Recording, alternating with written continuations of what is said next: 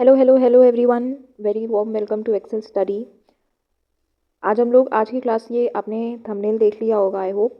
आज की क्लास में हम लोग क्लास 12th साइकोलॉजी का एग्ज़ाम, जो बोर्ड एग्जाम्स आगे 4 अप्रैल 2025 को होने वाले हैं आपके, उसके कॉन्टेक्स्ट में हम लोग जो मोस्ट इंपॉर्टेंट एमसीक्यूज़ हैं हमारे पूरे सिलेबस में से, जिस भी टॉपिक से एमसीक्यूज़ बन सकते हैं पॉसिबल, हमने हर एक टॉपिक इसमें कवर करने की कोशिश की है। मोस्ट इंपॉर्टेंट 100 एमसीक्यूज़ हम पढ़ने वाले हैं। एंड देखो, नॉट ओनली आप, अगर मान लो आप 100 क्वेश्चंस एमसीक्यू कर रहे हो ना, तो उसमें हर क्वेश्चन में 4 ऑप्शंस हैं, ठीक है। अब वो ऑप्शंस, बहुत सारे क्वेश्चंस में कुछ कॉमन ऑप्शंस भी हो सकते हैं, उसके हिसाब से चलो आपने ऐसे 50 भी कम कर दिए, तो अगर आप इन टोटल देखते हो तो 400 में से अगर आप 50 आउट कर देते हो तो भी 350 ऑप्शंस आपके बचते हैं, ठीक है। 350 ऑप्शंस भी ऐसे होंगे कि नॉट ओनली आपको वो 100 कॉन्सेप्ट जो उन क्वेश्चंस के राइट आंसर्स होंगे उनका रिवीजन होगा, प्लस ऑल्सो जो उसके अलावा उसमें एक्स्ट्रा ऑप्शंस दिए हुए हैं उनके बारे में भी रिवीजन होता रहेगा कि भले वो उस क्वेश्चन का करेक्ट आंसर नहीं है, बट वो एग्जैक्टली है क्या, उसका क्या कॉन्टेक्स्ट है, वो क्या कहता है क्या नहीं कहता, क्यों वो इनकरेक्ट है। तो ये सारी चीज़ें भी जब हम डिस्कस करेंगे ना, तो वो सारे टॉपिक्स भी आपके अच्छे से रिवीजन हो जाएगा उसका भी। तो एक काफ़ी अच्छा रिवीजन वीडियो ये हो सकता है आपके लिए। तो आई होप आपको इससे बहुत हेल्प मिले अपने एग्जाम में। स्टार्ट करते हैं हमारी क्लास के साथ। 100 क्वेश्चन एमसीक्यूज़ हैं। आप लोग अपनी कॉपी पेन ले करके बैठिए और उसमें आप अपने आंसर्स को जज करिए कि आपके कितने आंसर सही हुए हैं, कितने आंसर गलत हुए हैं। कुछ अगर आपको नोट करने लायक लगता है तो आप नोट कर सकते हैं। तो स्टार्ट करते हैं पहले क्वेश्चन के साथ, ठीक है। Get ready. ओके, तो पहला क्वेश्चन कह रहा है, there are some people who are hostile, egocentric and anti social. They are said to be high on introversion extroversion theory है, हमने पढ़ी हुई है। उसके टर्म्स जो है वो यहाँ पर आपको दिख रहे हैं ऑप्शंस में। देखो, इंट्रोवर्जन होता है कि जो लोग थोड़ा रिजर्व नेचर के होते हैं, ज़्यादा अकेले अकेले रहना पसंद करते हैं, तो उनका कहीं से भी, देखो एंटी सोशल से आप कनेक्ट कर सकते हो इंट्रोवर्जन को, बट आप कहीं से भी हॉस्टाइल नहीं कनेक्ट कर पाओगे, तो ये तो गलत हो गया, ठीक है। इंट्रोवर्जन गलत हो गया। न्यूरोटिसिज्म का मतलब होता है N for neuroticism, N for negative feelings. तो न्यूरोटिसिज्म में नेगेटिव फीलिंग्स की हम बात करते हैं, ठीक है, लेकिन वहाँ पर हम एंटी सोशल होना, ये सारी चीज़ें हम नहीं कह सकते। तो ये भी जो है वो पूरी तरीके से सही नहीं है। साइकोटिसिज्म होता है, जो लोग हॉस्टाइल होते हैं, ईगोसेंट्रिक होते हैं, एंटी सोशल होते हैं, उनको हम लोग साइकोटिसिज्म कह सकते हैं। साइकोटिसिज्म ट्रेट है जिसमें ऐसी जो क्वालिटीज़ हैं वो पाई जाती हैं, being hostile, egocentric and anti social. Sociability का मतलब तो बिल्कुल ऑपोजिट होता है, एंटी सोशल नहीं होते वो लोग, बहुत ज़्यादा सोशल होते हैं, आउटगोइंग होते हैं, लोगों से मिलजुल कर रहना, ये सारी चीज़ें उन्हें पसंद होती हैं। तो इसका करेक्ट आंसर जो हो जाएगा दैट विल बी साइकोटिसिज्म, ठीक है। Next question, the self that values family and social relationships is referred to as. अब यहाँ पर हम बात कर रहे हैं कि सेल्फ और पर्सनालिटी चैप्टर का ये क्वेश्चन है। यहाँ पर आपको पूछा जा रहा है कि कौन सा सेल्फ ऐसा होता है जो कि फैमिली और सोशल रिलेशनशिप्स को वैल्यू करता है, ठीक है। तो फैमिली है तो ऑब्वियस सी बात है कि फैमिलियल तो हमारा होगा ही, फैमिलियल सेल्फ तो होगी, बिकॉज हम लोग यहाँ पर फैमिली की बात कर रहे हैं। ऑल्सो सोशल रिलेशनशिप्स की बात हो रही है तो सोशल भी होगा, ठीक है। तो इसका जो आंसर हो जाएगा that will B social and familial. Relational, देखो आप कह सकते हो कि रिलेशंस के कॉन्टेक्स्ट में, बट एग्जैक्टली यहाँ पर ये सही नहीं बैठेगा। एग्जैक्टली फैमिली के बारे में ये कहीं आपको बात नहीं कर रहा है। पर्सनल तो आपका पर्सनल हो गया, आपके इंडिविजुअल गोल्स जो भी होंगे। वहाँ पर सोशल बॉन्ड्स की, दूसरों के साथ आपके बॉन्ड्स कैसे हैं, इंटरेक्शंस कैसे हैं फैमिली के साथ, ये सब कहीं नहीं मैटर करता। पर्सनल सेल्फ में हम लोग अपनी बात करते हैं कि हमारा खुद से कैसा रिलेशन है, ठीक है। तो इसका जो करेक्ट आंसर होगा that will B 2 and 3, social and familial. तो ये कौन सा ऑप्शन में आपके बी, तो इसका जो करेक्ट आंसर हो जाएगा that will be B. Next question, some traits often get associated strongly with the name of the person and derive such identities as the Gandhian और Hitlerian trait। तो हमने देखा है कि नॉन वायलेंस जो है, गांधी जी का जो एक मंत्र था दैट वाज नॉन वायलेंस, कि हमें अहिंसा नहीं करनी है, ठीक है। नॉन वायलेंस का एक जो ट्रेट था, ये बिल्कुल हमने गांधीयन ट्रेट के नाम से इसको जाना हुआ है, बिकॉज हमने गांधी जी से इस ट्रेट को बिल्कुल एसोसिएट कर दिया है। तो when we are talking about कि कोई ऐसा ट्रेट, एक ट्रेट जो कि किसी इंडिविजुअल की पूरी लाइफ को गाइड करता हो, उनको डिफाइन करता हो, उनकी पर्सनालिटी को डिफाइन करता हो, तो ऐसी ट्रेट्स को हम लोग कार्डिनल ट्रेट्स कहते हैं। क्या कहते हैं? कार्डिनल ट्रेट्स कहते हैं। तो इसका करेक्ट आंसर क्या हो जाएगा? कार्डिनल ट्रेट्स, ठीक है। अब सेंट्रल ट्रेट्स क्या होती हैं? यहाँ पर सेंट्रल ट्रेट्स डोमिनेट नहीं करती हैं, यानी किसी की कंप्लीट आइडेंटिटी को डिफाइन नहीं कर देती हैं, किसी की आइडेंटिटी उससे निकल के नहीं आती है। दो दे आर इंपॉर्टेंट ट्रेट्स किसी के अंदर पाई जाती हैं, but they do not define someone's identity. Secondary traits जो है वो सिचुएशनल ट्रेट्स होती हैं, एंड सरफेस ट्रेट्स जो ऑब्जर्वेबल बिहेवियर जो हम देख पा रहे हैं that traits are surface traits. तो कोई भी इससे करेक्टली नहीं डिफाइन कर रहा है। कार्डिनल ट्रेट्स जो है वो इसका करेक्ट आंसर होगा। I hope you got it. Next question says, in Western cultures, how is the relationship between individual and the group typically perceived? हम लोग वेस्टर्न कल्चर की बात कर रहे हैं, ठीक है। तो वेस्टर्न कल्चर में हमने देखा है कि इंडिविजुअलिस्टिक जो पैटर्न है सोचने का वो ज़्यादा फॉलो किया जाता है। इंडिविजुअलिज्म मतलब कि आपके गोल्स, सिर्फ मैं और मेरे गोल्स मैटर करते हैं, दूसरे लोग, उनकी फीलिंग्स, उनके इमोशंस, वो कैसा उन फील कर रहे हैं, उन्हें कैसा लग रहा है, या कहीं ऐसा ना हो कि मेरा कोई डिसीजन या मेरा कोई बिहेवियर ऐसा हो जो उनके लिए सही नहीं हो, उनकी तरफ नेगेटिव उसके कोई रेपरकशंस आ सकते हो। तो हम ये सब नहीं सोचते हैं वेस्टर्न कल्चर्स में। और जो नॉन वेस्टर्न कल्चर्स हैं उसमें क्या फॉलो होता है, उसमें कलेक्टिविज्म फॉलो होता है। तो यहाँ पर हमें वेस्टर्न कल्चर्स की बात करें तो हमें एक ऐसा देखना है जहाँ पर इंडिविजुअलिज्म का कॉन्सेप्ट जो है वो फॉलो हो रहा हो। Now first option says the self and the group are seen as completely independent and unrelated. तो ठीक है, हम ये कह सकते हैं कि जो सेल्फ है और ग्रुप है वो कंप्लीटली इंडिपेंडेंट होते हैं, इनका एक दूसरे से कोई नाता नहीं होता और अनरिलेटेड होते हैं। चलो ठीक है, एक बार हम इसको रखते हैं कन्फ्यूजन में। Self and the group are seen as distinct entities with clear boundaries. Yes, ये बिल्कुल सही डेफिनेशन दे रहा है कि हाँ ये डिस्टिंक्ट बॉडीज हैं और इनके बीच में जो है वो क्लियर बाउंड्रीज सेट है, ये डिस्टिंक्ट एंटिटीज हैं, एक दूसरे से अलग होती हैं। ठीक है, इन दूसरे का एक दूसरे पे असर नहीं पड़ता। Self and the group are in a state of harmonious coexistence नहीं होती है तो गलत हो गया। डी है the self and the group are seen as interchangeable and overlapping. तो ये भी जो है वो कलेक्टिविस्ट फीचर्स को ये दोनों जो है वो सपोर्ट कर रहे हैं, ना कि इंडिविजुअलिज्म को। इसलिए जो है वो हमारा जो सही आंसर होगा that will be B. Why? Now देखो, आप कहोगे कि कंप्लीटली इंडिपेंडेंट और अनरिलेटेड है और distinct entities with clear boundaries. Ma'am ये दोनों तो सिमिलर साउंड कर रहे हैं, तो आप कैसे एक ऑप्शन जो है वो चूज कर रहे हो? इट इज़ बिकॉज अगर हम लोग किसी सोसाइटी में रहते हैं और if we are a part of a group, तो we can never be identified as completely unrelated to it. मतलब हम एकदम इंडिपेंडेंट नहीं हो सकते, कहीं ना कहीं थोड़ा बहुत असर पड़ेगा। बस इट्स जस्ट दैट कि we give priority to our individual goals. It is not like कि हम बिल्कुल इंडिपेंडेंट हैं, बिल्कुल अनरिलेटेड हैं। तो अगर आप किसी ग्रुप का हिस्सा हो तो थोड़ा बहुत तो फर्क पड़ेगा ना। तो ये जो फर्स्ट कंडीशन है that is a very extreme condition, जहाँ पर बिल्कुल एक दूसरे से अनरिलेटेड हैं। तो नहीं, ऐसा नहीं है, क्लियर बाउंड्रीज फिक्स्ड हैं, हम लोग एंटिटीज अलग हैं, बट हाँ कहीं थोड़ा बहुत तो रिलेटेड हैं। Because if I am a part of the group I will always be recognised as a part of the group. तो हम एकदम ये नहीं कह सकते कि हम अलग हैं। ठीक है, तो इसका करेक्ट आंसर क्या हो जाएगा? बी हो जाएगा। What does the POX triangle represent in the concept of balance? Now balance theory हमने पढ़ी हुई है। बैलेंस थ्योरी क्या कहती है कि कैसे एक इंडिविजुअल जो है वो अपने थॉट्स में, फीलिंग्स में, परसेप्शंस में बैलेंस ढूंढता है। ठीक है, और कहीं भी जब उसको इस तरीके का बैलेंस नहीं मिलता है तो वो मतलब उसको अनकंफर्टेबल फील होता है और फिर वो बैलेंस लाने की कोशिश करता है।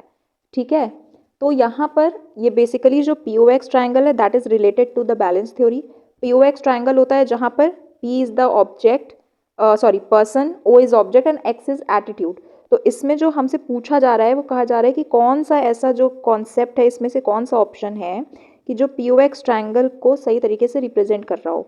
तो ऑप्शंस हैं हमारे, a method of calculating attitude scores. तो बिल्कुल भी नहीं, POX ट्राइंगल कोई एटीट्यूड स्कोर नहीं बताता है। ठीक है, next is the influence of culture on attitude. Culture का तो सी भी नहीं है इसमें, तो बिल्कुल गलत हो गया।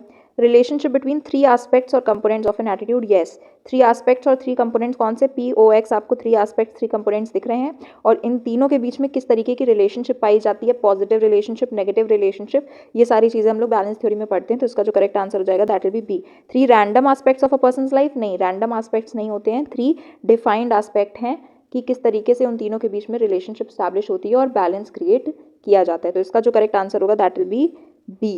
Next question says according to Jung's introvert and extrovert typology, जिसके बारे में अभी पीछे भी जिससे रिलेटेड क्वेश्चन आया था, which of the following scenarios best exemplifies an introvert's typical behaviour. Introvert कौन होता है? जो एंटी सोशल होता है, थोड़ा रिजर्व्ड होता है, ज़्यादा लोगों से घुल मिल के रहना उसे नहीं पसंद है, अकेले अकेले रहना चाहता है, या बहुत छोटा सा कोई ग्रुप होगा उसमें रहना चाहेगा।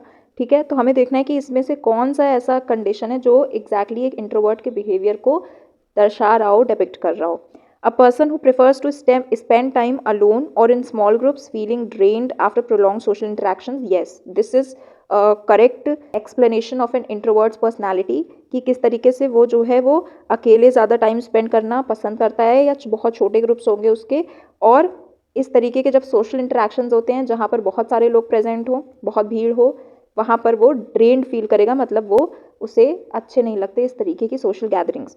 सेकेंड है अ person who enjoys attending large social gatherings. तो ये तो एक्सट्रोवर्ट के ट्रेट हो गए, ये गलत हो गया। In a person who avoid social interactions entirely and is unable to function in group settings. अब यहाँ पर देखो ये आंसर क्यों नहीं हो सकता, ये भी कह रहा है कि सोशल सेटिंग्स हम ग्रुप में नहीं जाना चाहते हैं, बट कोई भी ऐसा इंडिविजुअल जो इस अर्थ पे रह रहा है, जो आप किसी घर में, सोसाइटी में कहीं भी रह रहे हो, आप अगर सोशल सेटिंग्स में कहा जा रहा है कि कहीं भी ग्रुप सेटिंग्स होती हैं जहाँ पर 2-4 लोग एक साथ हो गए या थोड़े 10-15 लोग एक साथ हो गए, आप वहाँ पर फंक्शन ही नहीं कर पाते हो, तो ये तो एक अबनॉर्मल बिहेवियर हो गया ना for a person who is living in a society. ठीक है, जहाँ पर 4-5 लोग 10 लोग आपके अराउंड होंगे, आप फैमिली में रहोगे, आप ऑफिस जाओगे, वहाँ काम करोगे, आप इंट्रोवर्ट हो सकते हो, but you can never B मतलब इतनी एक्सट्रीम ये कंडीशन नहीं हो सकती कि आप बिल्कुल फंक्शन ही ना कर पाओ। 10-15 लोग दिख गए, मैं कुछ कर ही नहीं पा रहा, I can't focus, I can't eat, I can't breathe, ये सारी सिचुएशंस नहीं होती हैं। तो ये तो बहुत एक्सट्रीम, ये एक अबनॉर्मल बिहेवियर हो गया अगर इस तरीके का बिहेवियर कोई शो कर रहा है तो he must be suffering from some किसी तरीके का कोई डिसऑर्डर हो सकता है उन्हें। ठीक है, तो ये अब नॉर्मल बिहेवियर में चला गया है, इसलिए ये भी करेक्ट आंसर नहीं हो सकता। अ person who alternates between enjoying social events and alone time. अब कोई ऐसा इंडिविजुअल जो कभी कभी उसे अलोन रहना, अकेले रहना भी पसंद आता है, कभी कभी वो काफ़ी रिजर्व्ड शांत हो जाता है, और कभी कभी वो बहुत ज़्यादा सोशेबल हो जाता है, बहुत ज़्यादा घुल मिल के रहना, लोगों से मिलना जुलना, अपने मूड के अकॉर्डिंग चेंज करता रहता है अपने बिहेवियर को।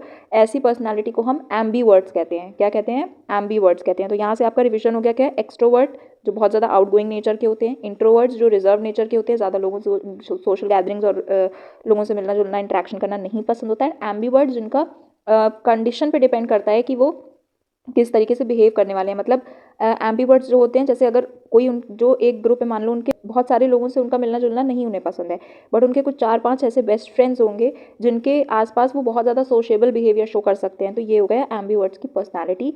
It is a blend of traits of both introverts and extroverts. Understood? Seventh question, which of the following statements is not true about coping with stress? Stress से cope करने के लिए क्या सही नहीं है, पहले हम statements पढ़ते हैं। Coping is a dynamic situation, specific reaction to stress. अच्छा, सही है कि हम कोई situation जब हमें stress प्रोवाइड करती है, अगर हम स्ट्रेस फील करते हैं किसी सिचुएशन की वजह से, तो उससे डील करने के लिए जो हमारा रिएक्शन होता है उस स्ट्रेस से, that is known as coping. तो ये तो सही है, दिस इज़ करेक्ट। ठीक है, it is a set of concrete responses to stressful situations or events that are intended to resolve the problem and reduce stress. ठीक है, ये भी ठीक है, करेक्ट है ये। People who cope poorly with stress have high level of natural killer cell cytotoxicity. ऐसा कहीं सुना है, ऐसा कहीं पढ़ा है आपने आज तक कि जिन लोगों के अंदर स्ट्रेस को, मतलब अगर कोई स्ट्रेस से डील नहीं कर पा रहा है तो उसके अंदर ये नेचुरल किलर सेल पाई जाने लगेगी? ऐसा हमने कभी नहीं पढ़ा, तो this is wrong. Individual show similarity in coping strategies that they use to deal with stressful situations, या दे कैन शो सिमिलैरिटीज, हो सकता है ऐसा।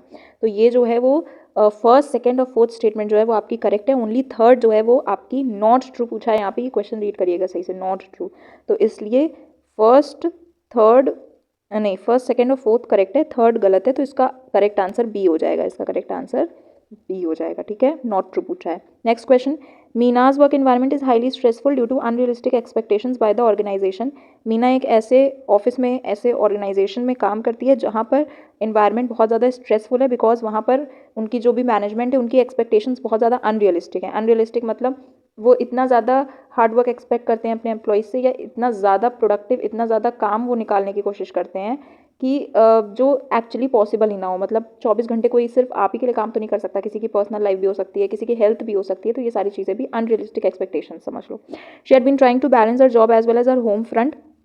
अपने जॉब और अपने घर को बैलेंस करने की कोशिश करती है। कुछ फ्यू मंथ से वो she is not feeling well, उसकी तबीयत ख़राब हो सकती है। She went for a checkup, वो डॉक्टर के पास जाती है, and she was diagnosed with high blood pressure. According to general adaptation syndrome, at what stage does this happen? तो हमें बताना है कि जनरल अडेप्टेशन सिंड्रोम के अकॉर्डिंग किस स्टेज पे ऐसा हो सकता है। तो सबसे पहले तो हमें ये जानना है कि जनरल अडेप्टेशन जो सिंड्रोम होता है उसमें 3 स्टेजेस होती हैं। ठीक है, first is the alarm reaction, जहाँ पर उनकी हार्ट बीट बहुत ज़्यादा बढ़ जाएगी। उनके अंदर जो है वो एक stress hormone that is known as cortisol, वो सिक्रीट होगा एड्रिनल ग्लैंड से, जिसकी वजह से वो काफ़ी ज़्यादा हार्ट रेट उनका बढ़ जाएगा। ये सारी चीज़ें वो फील करेंगे इस तरीके की। तो फाइट और flight situation. Second will be resistance, जहाँ पर वो थोड़ा अपने आप को काम करके और अटेम्प्ट करने की कोशिश करेंगे कि स्ट्रेस को इस तरीके से कैसे डील करें, हम थोड़ा कोशिश करने की कोशिश करेंगे, या तो ट्राई करेंगे कि हम कैसे इस स्ट्रेस को डील कर सकते हैं। नाउ एग्जॉशन होगा लास्ट स्टेज, जहाँ पर अब वो बहुत ज़्यादा कोशिश करके थक चुके हैं, हार मान चुके हैं, अब उनको लगता है कि इस परेशानी से मैं नहीं डील कर सकता हूँ, तो वो वहाँ पर गिव अप कर देते हैं, एग्जॉस्ट हो जाते हैं, बिल्कुल उनकी एनर्जी ख़त्म हो चुकी होती है उस प्रॉब्लम से लड़ सकने की, that is known as exhaustion. ठीक है, तो अब जो है वो ये हमें बताना है कि मीना जो है वो क्या कर रही है, वो बीमार हो गई है और उसको हाई ब्लड प्रेशर हुआ है। तो ये एग्जॉशन की स्टेट होगी जहाँ पर वो बहुत ज़्यादा परेशान होगी। पहले उसने ट्राई किया होगा, वो ट्राई कर रही है ना, she is trying to balance her job. तो पहले वो ट्राई कर रही है, यानी वो रेजिस्टेंस शो कर रही है, उस सिचुएशन से अडेप्ट करने की कोशिश कर रही है। बट देन जब उसकी बॉडी गिव अप कर देती है, उसकी बॉडी थक चुकी है उस काम को करते करते, एग्जॉस्ट हो चुकी है, तो she is not feeling well. ठीक है, तो यहाँ पर एग्जॉशन इसका जो करेक्ट आंसर होगा, she is on the state of exhaustion. ठीक है, अंडरस्टैंड। ये जीएडी भी इसमें हमने रिवीजन कर लिया। जीएडी क्या होता है, जब कोई स्ट्रेस होता है तो बॉडी कैसे उस स्ट्रेस के सिचुएशन में रिस्पॉन्ड करती है, वो बेसिकली इस जीएडी में हम समझते हैं 3 स्टेजेस में: alarm, resistance and exhaustion. Okay, next is Wasim is always brushing everything under the carpet. Brushing everything under the carpet का एक ईडियम होता है। वैसे तो ये होता है sweep something under the carpet, तो उसका मतलब होता है कुछ चीज़ को इग्नोर करना, किसी भी प्रॉब्लम को इग्नोर करना, उसको डील करने के बजाय। ठीक है, उसका सामना करने के बजाय। तो वसीम जो है वो कोई प्रॉब्लम है जिसको डील करने के बजाय, जिसका सामना करने के बजाय वो उसे इग्नोर करता रहता है। And refuses to face the stressor और इवन एक्सेप्ट इट, मतलब वो ना उस प्रॉब्लम को एक्सेप्ट करना चाहता है ना उसे फेस करना चाहता है। तो वो किस तरीके की हैबिट शो कर रहा है, तो यहाँ पर दिया हुआ है forgetfulness, avoidance, procrastination and perfectionism. अब ये क्या होते हैं? फॉरगेटफुलनेस में होता है कि अनइंटेंशनल होता है ये, मतलब हम जानबूझ के किसी, ये तो जानबूझ के अवॉइड कर रहे हैं ना प्रॉब्लम को। फॉरगेटफुलनेस में हम जानबूझ के अवॉइड नहीं करते हैं, मतलब स्ट्रेस इतना ज़्यादा हो जाता है किसी चीज़ से कि हमारी मेमोरी ही ख़राब हो जाती है और फिर हम भूल जाते हैं उस बारे में। तो यहाँ पर हम इंटेंशनली उसको अवॉइड नहीं कर रहे होते, तो फॉरगेटफुलनेस तो इसका आंसर नहीं होगा। Next is avoidance. अवॉइडेंस हो सकता है कि जहाँ पर हम अवॉइड करने की कोशिश कर रहे हैं प्रॉब्लम को। ठीक है। प्रोक्रेस्टिनेशन होता है जो टास्क ऐसा हो जो हमें परेशानी दे सके, हमें स्ट्रेस फील करवा सके, हम उसे टालते हैं, हम अवॉइड नहीं करते, हम उसको प्रोक्रेस्टिनेट करते हैं कि इसको बाद में देखेंगे, बाद में देखेंगे, टालते हैं, एकदम से इग्नोर नहीं करते हैं। तो प्रोक्रेस्टिनेशन भी यहाँ पर नहीं हो सकता। परफेक्शनिज्म का होता है कि जब हम इतने ज़्यादा, हमारे स्टैंडर्ड्स, पर्सनल स्टैंडर्ड्स इतने ज़्यादा हाई होते हैं कि हम अपनी ही एक्सपेक्टेशंस को मीट करने से डरते हैं कि कहीं ऐसा ना हो कि हम अपनी एक्सपेक्टेशन ना मीट कर पाएँ, उस वजह से हम उस काम को छोड़ते जाते हैं, या हमें फियर, जो एंग्जाइटी फील होती है उसकी वजह से स्ट्रेस होता है। ठीक है, तो परफेक्शनिज्म भी यहाँ पे नहीं होगा। इसका correct answer will B avoidance. Avoidance नाम से ही आप समझ रहे हैं कि प्रॉब्लम को अवॉइड करना is avoidance. Okay, understand. Next question, according to trait theory how does a person reaction to a given situation depend. Trait theory क्या कहती है कि किसी भी कोई सिचुएशन होती है तो उस पर इंडिविजुअल के जो अपने ट्रेट्स होते हैं उन्हीं पे डिपेंड करता है उसका रिएक्शन कैसा आने वाला है उस सिचुएशन पे। ठीक है, तो क्या है options? On the specific characteristic of the situation. देखो, इस सिचुएशन की कैरेक्टरिस्टिक पे तो डिपेंड ही करता है, बट ट्रेट थ्योरी ये कहती है कि इंडिविजुअल के ट्रेट्स पे ज़्यादा डिपेंड करता है। तो ट्रेट थ्योरी के अकॉर्डिंग इसका जो करेक्ट आंसर होगा that will be option B, on the individual traits. Immediate emotional state of the person, social context and culture background, ये जो है वो हमारे ट्रेट थ्योरी के कॉन्टेक्स्ट में बातें नहीं कर रहे हैं। ये सारे भी हो सकते हैं, बट ट्रेट थ्योरी कहती है कि बेसिकली जो इंडिविजुअल का जैसा ट्रेट्स होता है, उसकी जैसी क्वालिटीज़ होती हैं, उस पर डिपेंड करता है कि वो कैसे किसी सिचुएशन से डील करने वाला है। Next question, which scenario best illustrates the concept of character as a reflection of individuals values and ethical standards. अच्छा, तो हमें दिखाना है कि कोई इंसान जो है जब अपने वैल्यूज़ से, अपने एथिक्स मतलब क्या होता है, जो उसके मॉरल्स, जिस तरीके की वो वैल्यूज़ फॉलो करता है, जैसे अगर वो ऑनेस्टी फॉलो करता है तो वो एक्शंस भी ऐसे करेगा जहाँ पर वो ऑनेस्टी फॉलो कर रहा हो, मतलब वो करप्शन में नहीं इन्वॉल्व होगा। ठीक है, वो करप्शन वगैरह नहीं करेगा, बिकॉज वहाँ पर क्या होता है, डिसऑनेस्टी होती है। तो जो वो जिस तरीके की वो उसकी मान्यताएं हैं, जिस तरीके के मॉरल्स और वैल्यूज़ को वो फॉलो करता है, उसी तरीके का वो बिहेवियर दिखा रहा है। तो ये हमें ढूंढना है ऐसे इंसान को इन ऑप्शंस में। A person helps others only when it is convenient for them. सिर्फ जब उनके लिए बहुत आरामदायक है, मतलब कोई उनको प्रॉब्लम ना हो रही है, सिर्फ तब वो हेल्प करेगा। तो ये तो कहीं से भी मुझे एथिकल स्टैंडर्ड्स या उसके नहीं लग रहे हैं। Second is a person refuses to help others because they believe it is not their responsibility. तो ये तो बिल्कुल ही बेकार आदमी है जो बिल्कुल ही मदद नहीं करता दूसरों की, क्योंकि उसको लगता है कि ये मेरी रिस्पॉन्सिबिलिटी ही नहीं है किसी की मदद करना। तो ये तो बिल्कुल ही एथिक्स के अगेंस्ट ही जा रहा है। A person only helps others when they receive recognition और अ रिवॉर्ड, मतलब आप किसी से कुछ लेने के लिए, कुछ रिवॉर्ड के लिए आप अगर उनकी मदद कर रहे हो, तो ये भी कोई एथिकल स्टैंडर्ड या कोई वैल्यू नहीं है। A person consistently volunteers at a local shelter when it is not required for their job. ठीक है, मतलब ये करेक्ट आंसर है कि जहाँ पर उसको कोई एक्सपेक्टेशन नहीं है कि मुझे रिटर्न में कुछ मिलेगा, ही इज़ जस्ट मतलब उसका नेचर ही इतना हेल्पिंग है कि वो खुद से वॉलंटियर करके वहाँ पे हेल्प करने की कोशिश कर रहा है, उसको वहाँ से कुछ भी रिटर्न में कुछ रिवॉर्ड उसके लिए नहीं चाहिए। ठीक है, तो ये होगा इसका करेक्ट आंसर, जो कि concept of character as a reflection of individual values and ethical standards को रिफ्लेक्ट करता है। ठीक है, अंडरस्टैंड। तो इसका करेक्ट आंसर हो जाएगा डी। नेक्स्ट क्वेश्चन है विच of the following is not a personality assessment technique. तो सेल्फ रिपोर्ट मेजर्स तो होते हैं, प्रोजेक्टिव टेक्निक्स भी होती हैं, बिहेवियरल एनालिसिस भी होती है। जेनेटिक मैपिंग जो है ये कोई भी पर्सनालिटी को एसेस करने का टेक्निक नहीं होता है, तो इसका करेक्ट आंसर होगा genetic mapping. Next is Freud के according which part of personality operates on the reality principle. Id तो आपका जो है वो प्लेजर प्रिंसिपल पे काम करता है, तो ये नहीं होगा। ईगो होता है जो कि आपके रियलिटी प्रिंसिपल पर काम करता है, तो इसका करेक्ट आंसर हो जाएगा ईगो। सुपर ईगो तो इसमें मोरालिटी पे फोकस करता है। अनकॉन्शियस कोई भी ऐसी चीज़ जो आपके अवेयरनेस से परे है, दैट इज अनकॉन्शियस में जाती है, तो इसका करेक्ट आंसर बी हो जाएगा, ईगो हो जाएगा। ठीक है, next question, if a person P supports dowry but another person O opposes it, what kind of attitude relationship will cause imbalance. तो हमें इम्बैलेंस निकालना है। ठीक है, तो सबसे पहले इसका हम ट्राइंगल बना के देखते हैं। देखो पी है, ओ है और एक्स है। यहाँ पर एक्स क्या है हमारा, डाउरी हो गया। ठीक है, पी और एक्स के बीच में हमें दिख रहा है पॉजिटिव रिलेशन है। ठीक है, but another person O opposes it, तो ओ और एक्स के बीच में नेगेटिव रिलेशन है। अब हमें यहाँ पर बताना है कि कौन सी ऐसी कंडीशन होगी जिसमें यहाँ पर इम्बैलेंस की सिचुएशन क्रिएट होती है। ठीक है, अब हमारे को पता है कि अगर हमें कोई बैलेंस सिचुएशन बनानी है तो वहाँ पर हमें even number of negative relation चाहिए। इवन नंबर ऑफ नेगेटिव, अब यहाँ पे हम देख रहे हैं कि एक नेगेटिव रिलेशन है, तो हमें अगर इस सिचुएशन को बैलेंस करना है तो हमें यहाँ पर जो है वो इन दोनों के बीच में नेगेटिव रिलेशन चाहिए। तो इम्बैलेंस कैसी सिचुएशन में आ जाएगा, जिस भी सिचुएशन में यहाँ पर पॉजिटिव रिलेशन दिखा रहा हो, that will be a case of imbalance. तो हम देखते हैं, if O also dislikes P, तो ओ पी के बीच में अगर नेगेटिव रिलेशन है तो ये बैलेंस सिचुएशन हो गई। तो ये तो नहीं हो सकता है, क्योंकि हमें बताना है कि कौन सी सिचुएशन में इम्बैलेंस हो जाएगा। Next is if O initially likes P, तो ओ पी के बीच में यहाँ पे पॉजिटिव रिलेशन दिखा रहा है, दैट मीन्स ये इम्बैलेंस की सिचुएशन क्रिएट हो सकती है। बी इसका आंसर हो सकता है।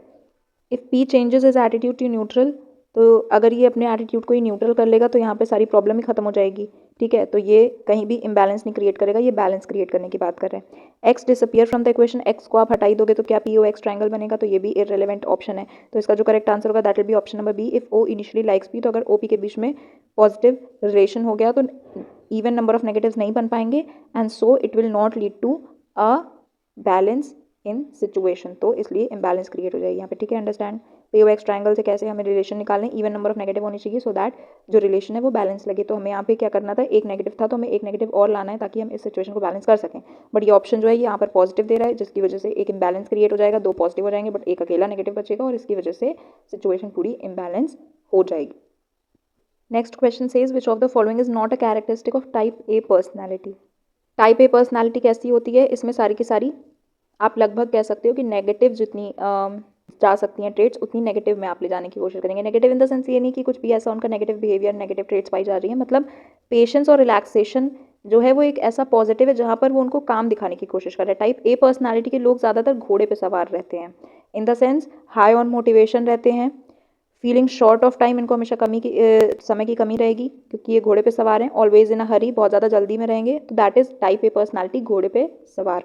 तो बी जो है वो इसका करेक्ट आंसर देगा, बिकॉज हमें बताना है कौन सा ऐसा कैरेक्टरिस्टिक है जो नहीं है टाइप ए पर्सनालिटी का। तो टाइप ए पर्सनालिटी कहीं से भी पेशेंस और रिलैक्सेशन की ट्रेट शो नहीं करते हैं, तो इसका जो करेक्ट आंसर होगा that will be B. After watching multiple advertisements promoting a particular smartphone, Shreya जो है वो टीवी पर बार बार उसको एक ऐड दिख रहा है जिसमें किसी एक पर्टिकुलर स्मार्टफोन को बहुत ज़्यादा अच्छा दिखाया जा रहा है। बार बार वो उस ऐड को देखती है और फिर अंत में क्या होता है, वो ये मान लेती है, ये बिलीव कर लेती है कि यही जो है वो सबसे अच्छी ब्रांड है। तो यहाँ पर उसके एटीट्यूड फॉर्मेशन में किस चीज़ की वजह से ऐसा परिवर्तन आया कि उसका एटीट्यूड उस पर्टिकुलर ब्रांड की तरफ इतना पॉजिटिव हो गया, इतना इंक्लाइंड हो गया कि उसे लगता है कि अब यही जो है वो सबसे बेस्ट ब्रांड है।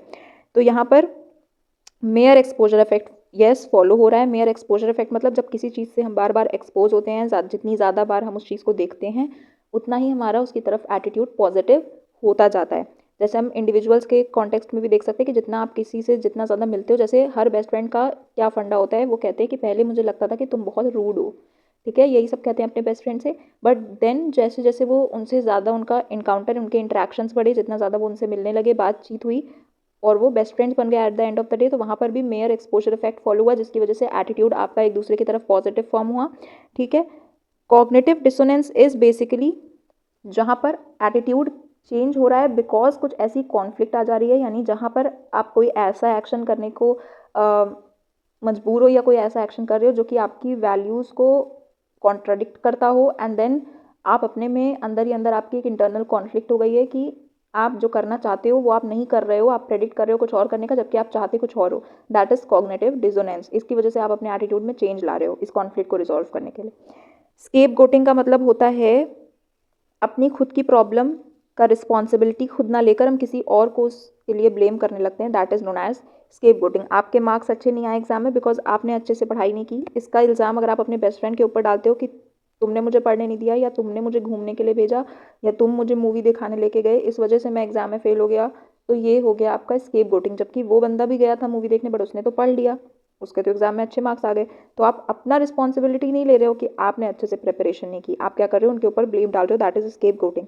ग्रुप थिंक होता है जहाँ पर एक बड़े से ग्रुप में कोई डिसीजन लिया जा रहा है या कुछ भी ऐसा डिसीजन मेकिंग का प्रोसेस, कोई डिस्कशन हो रहा है और उसमें जब मेजॉरिटी का कोई एक पर्टिकुलर पॉइंट ऑफ व्यू है तो बाकी के जो माइनॉरिटी के लोग हैं या कोई भी पर्टिकुलर इंसान है वो भी उसी मेजॉरिटी की बातों में हाँ मिला देता है उनके साथ, सो दैट उसको कहीं भी इन्फीरियर ना फील हो कि अरे मैं अकेला क्यों इसके अगेंस्ट बोलूँ, जब सारे लोग एक ही काम कर रहे हैं तो मैं भी उनके हाँ में हाँ मिला दूंगा प्रेशर में आके या किसी भी तरीके के ऐसे fear of missing out, FOMO feel करके वो ऐसा कर सकता है। ठीक है, तो that is group thing.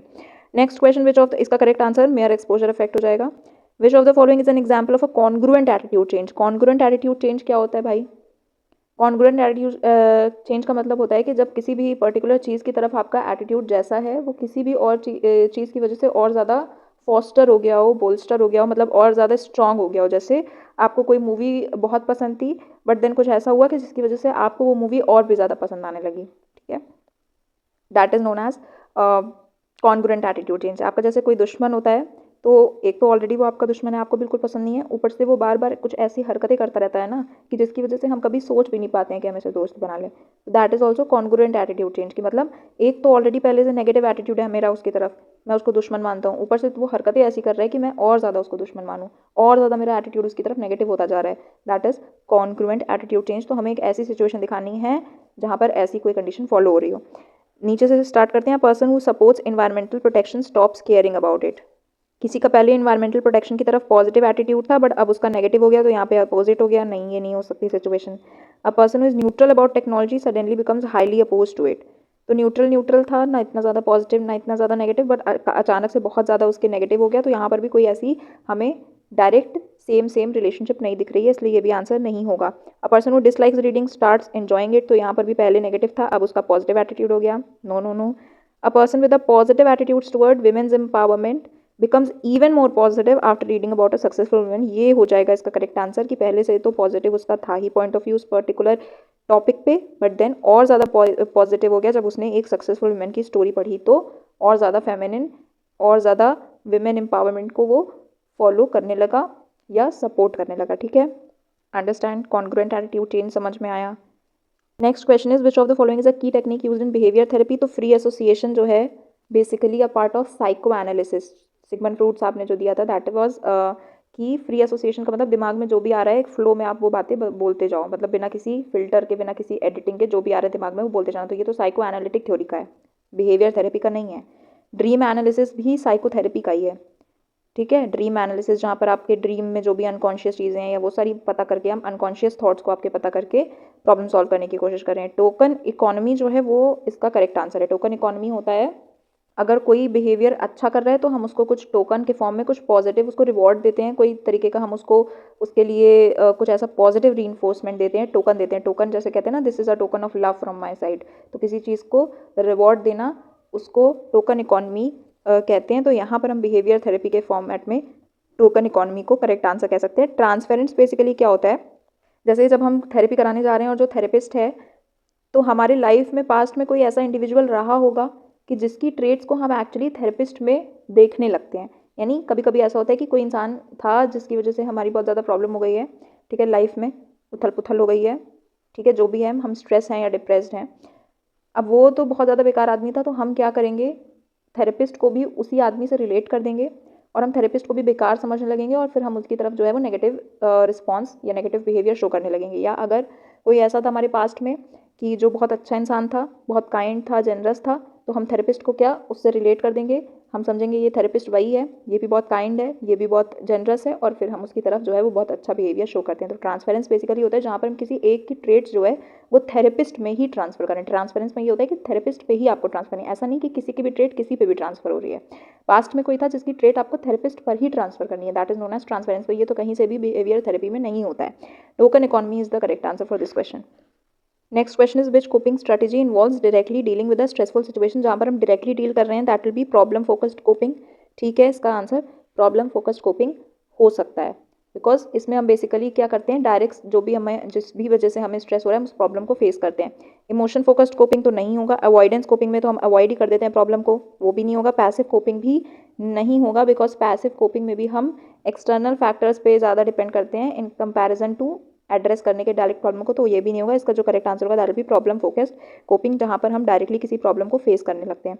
Karl Roger की क्लाइंट सेंटर्ड थेरेपी में क्या एम्फेसाइज किया जाता है? क्लाइंट सेंटर्ड थेरेपी में बेसिकली क्या होता है कि एक ऐसा इंसान होता है जिसको बचपन से कभी ये नहीं फील कराया गया कि आप जैसे भी हो, अच्छे बुरे, you are accepted as you are. जैसे भी आप हो सेम वे में हम आपको एक्सेप्ट करते हैं। उसको उतना प्यार, उतनी एक्सेप्टेंस नहीं शो की जाती है। तो क्लाइंट सेंटर थेरेपी में जो थेरेपिस्ट होता है वो यही काम करने की कोशिश करता है, उसको ऐसा फील कराता है कि आप जैसे भी हो, आप बहुत अच्छे हो, you are accepted, you are loved. ठीक है, they are made feel loved. And then इस तरीके की जो मतलब ये जो किसी को इस तरीके से ट्रीट करना, किसी को एक्सेप्टेंस की फीलिंग, प्यार की फीलिंग देना, that is known as unconditional positive regard. तो वहाँ पर हम अनकंडीशनल पॉजिटिव रिगार्ड इस्टेब्लिश करते हैं कि अनकंडीशनली आई लव यू और अनकंडीशनली आई एक्सेप्ट यू, जैसे भी आप हैं। ठीक है, तो अनकंडीशनल पॉजिटिव रिगार्ड वहाँ पर इस्टेब्लिश किया जाता है क्लाइंट सेंटर थेरेपी में। बेसिकली उनका काम ये होता है, बिकॉज इनका कहना होता है कि जिसको इस तरीके से अनकंडीशनल पॉजिटिव रिगार्ड नहीं मिलता है उनको इस तरीके की कोई प्रॉब्लम हो सकती है, उनको स्ट्रेस हो सकता है, या किसी भी इस तरीके की एबनॉर्मल प्रॉब्लम से वो डील कर सकते हैं। ठीक है, सफ़र कर सकते हैं। फ्री एसोसिएशन अभी हमने पहले पढ़ा क्या होता है। ड्रीम इंटरप्रिटेशन भी वही हो गया, ड्रीम एनालिसिस लगभग। सिस्टमैटिक डिसेंसिटाइजेशन, इसके बारे में आगे क्वेश्चन आएगा तो हम बात करेंगे कि ये क्या होता है, अदरवाइज अभी मैंने बता दिया तो आपको आंसर पता चल जाएगा। Next question is what does the term hardness refer to in stress management. Hardness का मतलब क्या होता है? हम हार्ड मतलब सख्त। ठीक है, तो हम बहुत सख्त हैं, कोई भी परेशानी आए, कोई कैसी भी सिचुएशन आए, हम उससे बिल्कुल स्ट्रांग होकर डील कर सकते हैं, हम उससे हिलने नहीं वाले, बिकॉज हम बहुत हार्ड हैं। ठीक है, हम बहुत स्ट्रांग हैं, हम बहुत सख्त हैं। तो हार्डनेस का मतलब यही होता है जहाँ पर आपको स्ट्रेस के साथ कैसे डील करना है ये आप बहुत अच्छे से कर सकते हो। State of physical weakness due to stress, तो वीकनेस आ गई तो कहाँ से हार्डनेस आई भैया, कहाँ से सख्त हो, ये तो गलत हो गया। Personality trait that helps in coping with stress, या हार्डनेस एक ऐसी पर्सनालिटी ट्रेट है जो आपको स्ट्रेस से कोप करने में मदद करती है, ये हो सकता है। Inability to handle stressful situations, नहीं, ये तो गलत हो गया। स्ट्रेसफुल सिचुएशन से हम अच्छे से डील कर पाते हैं अगर हमारे अंदर हार्डनेस होती है। तो स्ट्रेस इंड्यूस साइकोलॉजिकल डिसऑर्डर, नहीं, डिसऑर्डर नहीं होता ये, तो इसका करेक्ट आंसर जो हो जाएगा that will be option number B, personality trait, जो कि हमें स्ट्रेस से कोप करने में मदद करती है। Next question, Amit frequently washes his hands due to fear of germs, हर बार वो बार बार हाथ धोता है क्योंकि उसको जर्म से डर लगता है। उसके थेरेपिस्ट ने उसके इस तरीके के रेशनल बिलीफ को चैलेंज किया कि ये जो तुम्हारी सोच है ये गलत है बिल्कुल ही, और तुम्हें इस सोच को बदलने की ज़रूरत है। तो उसके थेरेपिस्ट ने उसकी सोच को बदलने की कोशिश की। ये किस तरीके की थेरेपी में हम ऐसा करते हैं? जब हम किसी की सोच को चैलेंज करते हैं डायरेक्टली और उसको चेंज करने की कोशिश करते हैं, ये होता है कॉग्निटिव थेरेपी में। जब हम किसी के कॉग्निटिव यानी उसके थॉट्स को ब्लेम करते हैं उसके एबनॉर्मल बिहेवियर के लिए, इस तरीके का कोई भी एबनॉर्मल बिहेवियर, और हम उसके थॉट पैटर्न में चेंज लाने की कोशिश करते हैं। साइको एनालिसिस में हम ऐसा नहीं करते। साइको एनालिसिस में हम बात करते हैं बेसिकली उनके अनकॉन्शियस थॉट्स या डिजायर्स या जो भी इस तरीके की बातें अनकॉन्शियस में होती हैं उनसे डील करने की कोशिश करते हैं। बिहेवियर थेरेपी में भी ऐसा कुछ नहीं होता। बिहेवियर में हम जो है वो कंडीशनिंग टेक्निक्स यूज़ करते हैं। ठीक है, थॉट को नहीं, कंडीशनिंग में हम बिहेवियर से बेसिकली रिलेट करते हैं अब नॉर्मल बिहेवियर को। और एग्जिस्टेंशियल थेरेपी में तो हम किसी को उसके लाइफ का पर्पस, एग्जिस्टेंस मतलब आपकी एग्जिस्टेंस क्या है, दैट वो रियलाइज करवाने की कोशिश करते हैं। तो this correct answer for this question will B cognitive therapy. Next question, Suresh Yeats excessively, पहले बहुत ज़्यादा खा लेता है और फिर क्या करता है, खुद को फोर्स करता है वॉमिट करने पे टू अवॉइड वेट गेन, ताकि उसका वजन ना बढ़े। तो पहले तो खा लेगा, उसके बाद निकाल देगा बाहर ताकि वेट पे कोई असर ना पड़े। ये भी एक अच्छा तरीका है भैया, अच्छा नहीं है, अब नॉर्मल बिहेवियर है, ऐसा नहीं करना चाहिए। ठीक है, what disorder is this? This is bulimia nervosa.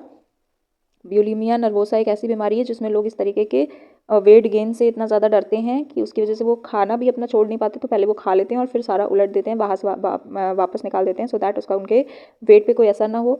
Anorexia nervosa है जहाँ पर हम बहुत ज़्यादा रेस्ट्रिक्शन कर देते हैं, मतलब हम खाना पीना बिल्कुल छोड़ देते हैं, भूखे प्यासे रहने लगते हैं कि कहीं हमारा वेट ना बढ़ जाए। तो हम इसमें ऐसा नहीं कि खा के उलट रहे हैं, हम खा ही नहीं रहे हैं, तो सबसे अच्छा है। बिंज ईटिंग डिसऑर्डर, हाँ ये इसका एक पार्ट हो सकता है बिंज ईटिंग डिसऑर्डर, कि पहले हम भर भर के खा लेंगे एक बार में, उसके बाद निकाल देंगे। तो लेकिन यहाँ पर कहीं पे भी वॉमिट का सेंस नहीं आता। अवॉइडेंट पर्सनालिटी डिसऑर्डर, इसमें भी ऐसा कुछ नहीं होता, ये तो पर्सनालिटी से रिलेटेड डिसऑर्डर है, इसमें इस तरीके की वेट गेन और इस तरीके की कोई भी सिचुएशन नहीं होती है। तो इसका जो करेक्ट आंसर होगा that will be B, bulimia nervosa. In a reality show contestants form alliances to gain advantages over others, this reflects which concept. अच्छा, तो एक रियलिटी शो है जिसमें मान लो 10 कंटेस्टेंट हैं, ऐसे ऐसे 10 क्यों हैं, 6 है, ठीक है, 6 कंटेस्टेंट हैं। अब इसमें क्या हुआ, इन लोग ने अलायंसेस बना लिए, यानी 2 ग्रुप बना लिया। एक हो गया इन तीनों का ग्रुप और एक हो गया इन तीनों का ग्रुप। तो इन तीनों ने आपस में एक दूसरे से हाथ मिला लिया, गठबंधन कर लिया। अलायंस का मतलब आप पॉलिटिक्स के रिलेशन में समझ सकते हो, जहाँ पर कुछ पार्टीज़ हैं जो पॉलिटिक्स में और वो आपस में कुछ कुछ हाथ मिला लेती हैं ताकि हम जो है वो क्या कर सकें, सामने वाले को नीचा दिखा सकें, यही उनका काम होता है। तो वही यहाँ पर बात हो रही है कि हम सामने वाले का फ़ायदा उठा सकें या उनको नीचा दिखा सकें। तो फॉर्म कर लिया उन्होंने अलायंस। इस कॉन्सेप्ट को हम कहते हैं in group and out group distinction, ठीक है। क्या कहते हैं, in group and out group, जहाँ पर ये जो ग्रुप है I am in this group, तो ये मेरे लिए इन ग्रुप हुआ, जिसमें मैं हूँ वो इन ग्रुप, और इसके बाहर का जो दूसरा ग्रुप है जिससे जो मेरा राइवल ग्रुप है, जिससे मेरी दुश्मनी है, जिससे मेरी लड़ाई है या जिसको मैं नीचा दिखाना चाहती हूँ, that will be out group, ठीक है। तो हमने ग्रुप्स फॉर्म कर लिए, ये मेरा इन ग्रुप हो गया जिसमें मैं हूँ और ये उसका आउट ग्रुप हो गया जिसमें मैं नहीं हूँ, जिससे मेरा झगड़ा हो रहा है। तो ये होता है आपका in group out group distinction. Social facilitation का मतलब होता है जब दूसरे लोगों की प्रेजेंस में हमारी परफॉर्मेंस बेटर कर देती है उनकी प्रेजेंस की वजह से, that is social facilitation. Social loafing अलग कॉन्सेप्ट है, जहाँ पर क्या होता है जब ग्रुप में बहुत सारे लोग होते हैं और कोई काम करना होता है तो हम बेसिकली क्या सोचते हैं कि अरे बाकी लोग भी तो हैं, वो कर लेंगे, हमें ज़्यादा टेंशन लेने की जरूरत नहीं, हम ही क्यों रिस्पॉन्सिबिलिटी लें, that is social loafing. Group polarization होता है डिसीजन मेकिंग की प्रोसेस में, जब बहुत ज़्यादा डिसीजन में इस तरीके का हो जाता है कि ओपिनियन बहुत ज़्यादा एक्सट्रीम पर पहुंच जाता है, दैट इज ग्रुप पोलराइजेशन। तो ये तो इस तरीके के अलायंस फॉर्म करने की बात ऐसे किसी कॉन्सेप्ट में नहीं होती, वो होती है इन ग्रुप आउट ग्रुप डिस्टिंक्शन में। इसका करेक्ट आंसर ए होगा। Next is Aryans therapist helps him overcome his alcohol addiction by giving a mild shock. अब यहाँ पर क्या कर रहा है वो, अल्कोहल को एक नेगेटिव जो है वो रिस्पॉन्स से या स्टिमुलाई से एसोसिएट कर रहा है, ठीक है। तो इस तरीके की कंडीशनिंग को यहाँ पर हम कंडीशनिंग के थ्रू उसको कोई बिहेवियर सिखाने की कोशिश कर रहे हैं, and this is what kind of conditioning, operant conditioning में ऐसा होता है जहाँ पर हम एक किसी तरीके के रीइंफोर्समेंट देते हैं, चाहे वो नेगेटिव हो चाहे पॉजिटिव हो, और उसकी वजह से वो बंदा वो काम करने लगता है या करना छोड़ देता है। तो यहाँ पर गलत काम है तो हमें छुड़वाना है, तो हम कुछ ऐसा काम करेंगे जिससे वो काम करना वो छोड़ दे। तो जब भी वो अल्कोहल की बात करता है या अल्कोहल पीने की कोशिश करता है, उसको एक माइल्ड शॉक दिया जाता है करेंट का, ठीक है, करंट, इलेक्ट्रिक करंट का शॉक दिया जाता है, तो वो काम करना वो छोड़ देगा, डर जाएगा बहुत ज़्यादा, दैट इज एवर्सिव कंडीशनिंग। तो कंडीशनिंग में ऐसा होता है, दैट इज एवर्सिव कंडीशनिंग, कि वो उस चीज़ से डर जाएगा और उस काम को करना छोड़ देगा। नेक्स्ट फ्लडिंग होता है कि जहाँ पर किसी को अगर किसी चीज़ से फोबिया है तो वहाँ पर हम उसको अचानक से बिल्कुल उसके सामने वो चीज़ ला के रख देते हैं बिल्कुल हाई इंटेंसिटी में, और उसका वो फोबिया खत्म करने के लिए कोशिश करते हैं। ड्रीम एनालिसिस पहले सुना है, ट्रांसफरेंस पहले पढ़ा है, ठीक है। तो इसका करेक्ट आंसर ए हो जाएगा। Next, concept of balance theory से फिर से क्वेश्चन आया है, which explains attitude change was proposed by, किसने प्रपोज की थी, किसने दिया था balance theory, it was Fritz Heider. किसने दिया था, फ्रिट्ज हाइडर। तो इसका करेक्ट आंसर हो जाएगा ऑप्शन नंबर बी। बाकी ऑप्शंस भी देख लो, लियोन फेस्टिंगर हैं, इन्होंने दिया था cognitive dissonance theory. Cognitive dissonance हमने पहले पढ़ा कि एटीट्यूड हम चेंज कर रहे हैं बिकॉज हमारे अपने पर्सनल वैल्यूज़ और जो हम एक्शन कर रहे हैं वो दोनों कॉन्फ्लिक्ट आ रहा है। एल्बर्ट बंदुरा ने तो सोशल लर्निंग थ्योरी दी थी कि हम कैसे किसी को ऑब्जर्व करके कुछ सीख लेते हैं। कार्ल रोजर्स ने क्लाइंट सेंटर्ड थेरेपी बताई थी, जहाँ पर वो अनकंडीशनल पॉजिटिव रिकॉर्ड वाली बात अभी हम कर रहे थे, तो इनका इससे कोई रिलेशन नहीं है। बैलेंस थ्योरी जो है that was given by Fritz Heider, ठीक है। Next question is what is the difference between ascribed and achieved status. अब देखो इन दो टर्म से आप क्या समझ पा रहे हो। अचीव्ड का मतलब होता है कोई चीज़ जब आपने मेहनत करके कमाई हो, अचीव किया हो। जैसे कोई गोल जब आप अचीव करते हो, आप जब कोई एग्जाम एम कर रहे हो और आप 95% मान लो लाना चाहते हो बोर्ड एग्जाम में, and when you will be able to get that, तो आप उस स्टेटस को अचीव कर लोगे। तो आपने बहुत एफर्ट्स किए, उसके पीछे मेहनत की। तो कोई चीज़ जब हमें हमारे मेहनत के नतीजे के रूप में मिलती है, दैट इज अचीव्ड स्टेटस, ठीक है। एंड अस्क्राइब्ड स्टेटस क्या होता है कि आपको दे दिया गया है, आपको मिल गया है बिकॉज ऑफ योर कुछ कनेक्शन हो सकता है, ठीक है। हो सकता है कि आपकी फैमिली की वजह से, या मतलब जो भी इनवॉलेंटरली आपको बिना किसी मेहनत किए वो जन की वजह से आपको सिर्फ वो प्रिविलेजेस मिल रही हैं कि आप पैदा हुए हो ऐसी फैमिली में, तो आपको वो स्टेटस पर्टिकुलर दिया जा रहा है। जैसे पॉलिटिशियंस के बच्चे हो गए, ठीक है। तो या आप कहते हो जो नेपोटिज्म फॉलो होता है बॉलीवुड में, that also can be example कि जो एक्टर्स हैं बॉलीवुड में ऑलरेडी, उनके बच्चों को ज़्यादा प्रायोरिटी दी जाती है, वो उनको स्टेटस मिला है, that is ascribed status, not achieved. उन्होंने अपनी मेहनत से वो नहीं अचीव किया है, ठीक है। तो यहाँ पर हमें बताना है कि अस्क्राइब्ड स्टेटस और अचीव्ड स्टेटस में क्या डिफरेंस होता है। देयर इज नो डिफरेंस, तो ऐसा तो बिल्कुल भी नहीं हो सकता, वरना दो नाम क्यों होते हैं। Ascribed status is based on physical appearance, नहीं ऐसा कुछ नहीं होता कि फिजिकल अपीयरेंस के बेस पे और पर्सनैलिटी के बेस पे, नहीं। बर्थ के बेस पे होता है। Ascribed status is given based on factors like seniority while achieved is earn through effort. हाँ ठीक है, ये हो सकता है कि जो अचीव्ड स्टेटस है that is earn through effort, और एस्क्राइब्ड स्टेटस क्या होता है, वो सीनियरिटी के बेसिस पे या किसी भी बेसिस पे ऐसे बस दे दिया जाता है, मेहनत की वजह से नहीं दिया जाता। एस्क्राइब्ड स्टेटस इज अर्नड, तो ये तो उल्टी बात कर रहा है, अर्न तो अचीव्ड स्टेटस किया जाता है, तो दिस इज रॉन्ग। इसका करेक्ट आंसर हो जाएगा ऑप्शन नंबर बी। ठीक है। Sohan's therapist asks him to keep a journal of his automatic negative thoughts and challenges them with evidence। कहता है कि अपने जो भी तुम्हें थॉट्स आ रहे हैं, नेगेटिव फीलिंग्स आ रही हैं, उनका तुम एक जर्नल बनाओ और देन हम उनको चैलेंज करने की कोशिश करेंगे, उनको सही करने की कोशिश करेंगे। तो इस तरीके का काम जो किया जाता है वो किस थेरेपी में किया जाता है, रैशनल इमोटिव थेरेपी में। इस तरीके का काम जर्नल बना के अपनी नेगेटिव थॉट्स को रिकॉर्ड करके और उनको चैलेंज करने का काम किया जाता है। जेस्टॉल्ट थेरेपी में हम सेल्फ अवेयरनेस पे फोकस करते हैं, साइको एनालिसिस पहले पढ़ चुके हैं। एंड देन एग्जिस्टेंशियल थेरेपी भी वही होती है जहाँ पर हम अपने लाइफ की, अपने एग्जिस्टेंस का पर्पस समझने की कोशिश कर रहे होते हैं। According to the concept of cognitive dissonance, people change their attitude when, कब चेंज करते हैं, हमने पहले देख लिया, इसका आंसर करेक्ट होना चाहिए सबका। They develop an in group bias, ऐसा नहीं होता, इन ग्रुप आउट ग्रुप का कोई कॉन्सेप्ट नहीं है। They are expose to different culture, culture का भी कोई कॉन्सेप्ट नहीं है। दे रिसीव एक्सटर्नल रिवॉर्ड्स, नहीं। They experience an imbalance between their beliefs and behaviour, मानते कुछ और हैं, कर कुछ और रहे हैं, दैट इज कॉग्निटिव डिसोनेंस। तो इसका करेक्ट आंसर हो जाएगा option number A. A cricket captain is given more respect and authority than other players, क्यों, बिकॉज वो बाकी के सारे प्लेयर्स से जो है वो हायरार्की में ऊपर आता है, पोजीशन में ऊपर आता है। तो ये हो गया आपका स्टेटस हायरार्की, जहाँ पर वो बिकॉज उसका स्टेटस जो है वो हायर है in comparison to other players. Cohesiveness का मतलब होता है जब ग्रुप में बहुत ज़्यादा आपस में अच्छी हार्मनी होती है और सब मिलजुल कर काम करना पसंद करते हैं। सोशल आइडेंटिटी बेसिकली किसी इंडिविजुअल की identity in context of their social setting. And group polarization, वही जहाँ पर डिसीजन में बहुत ज़्यादा इंटेंसिटी हो जाती है किसी पर्टिकुलर ओपिनियन पे, दैट इज ग्रुप पोलराइजेशन। तो इसका correct answer will be option number C. Which of the following factors does not influence stress perception, नहीं करता है स्ट्रेस परसेप्शन को इन्फ्लुएंस। पर्सनालिटी ट्रेट्स कर सकते हैं कि हमारी जैसी ट्रेट्स हैं, हम किस तरीके से स्ट्रेस से डील कर पाते हैं, ये हमारी ट्रेट्स पे डिपेंड करेगा। कल्चरल बैकग्राउंड पे भी कर सकता है, कोपिंग मैकेनिज्म पे इफेक्ट डाल सकता है, सोशल सपोर्ट कर सकता है, अगर हमारे पास अच्छा सपोर्ट है तो हम स्ट्रेसफुल सिचुएशन से अच्छे से डील कर सकते हैं। हेयर कलर नहीं करेगा, हेयर कलर का क्या लेना देना भैया, बाल सफ़ेद है काले, जो जिनके बाल सफ़ेद होते हैं वो ज़्यादा अच्छे से प्रॉब्लम सॉल्व कर सकते हैं, इसीलिए उनके बाल सफ़ेद हो गए हैं, ऐसा कहीं होता है, ऐसा तो कुछ नहीं होता। तो इसका करेक्ट आंसर हो जाएगा hair colour, correct in the sense कि ये नहीं इन्फ्लुएंस करता है स्ट्रेस परसेप्शन को। Next is which technique involves focusing attention to relax the mind and body, meditation करवाते हैं ना स्कूल में, तो मेडिटेशन हो गया इसका करेक्ट आंसर, जहाँ पर आप अपने माइंड को, अपने बॉडी को रिलैक्स करने के लिए अपने अटेंशन को फोकस करते हो कुछ देर के लिए, बाकी सारी चीज़ों को भुला कर। कॉग्निटिव रिस्ट्रक्चरिंग का मतलब होता है कि अपने कॉग्निटिव मतलब थॉट्स, रिस्ट्रक्चर मतलब फिर से बनाना किसी चीज़ को। तो यहाँ पर आप अपने जो पुराने थॉट पैटर्न्स हैं जो कि नेगेटिव थे, उनको तोड़ करके नए पैटर्न्स, नए स्ट्रक्चर थॉट पैटर्न्स बनाने की कोशिश करते हो, that is cognitive restructuring. Suppression होता है, सप्रेस करना मतलब किसी चीज़ को दबाना। तो जब आप ऐसे कोई भी थॉट, नेगेटिव थॉट को सप्रेस करते हो, that is suppression. Blaming others मतलब तो कुछ भी इसका सेंस नहीं बनता, दूसरों पे ब्लेम डालना। दूसरों पे ब्लेम डालते हैं तो हमें बड़ी खुशी होती है, हमारी माइंड को बहुत रिलैक्स होता है, कुछ लोग को हो भी सकता है, कांट से, बट हाँ ऐसा कुछ साइकोलॉजी में ऐसा कुछ नहीं कहते हैं, आपकी पर्सनल फीलिंग हो सकती है भाई। मेडिटेशन इसका करेक्ट आंसर होगा option number B. Who is known as the father of modern stress research, तो दैट इज हैंस सीले, इसका करेक्ट आंसर हो जाएगा। सिगमंड फ्रूड नहीं होगा, ये साइको एनालिसिस के लिए फेमस है। रिचर्ड लेजरस और एल्बर्ट बंदूरा भी नहीं होगा, इसका करेक्ट आंसर होगा हैंस सीले। ठीक है, option number B will be the correct answer for this question.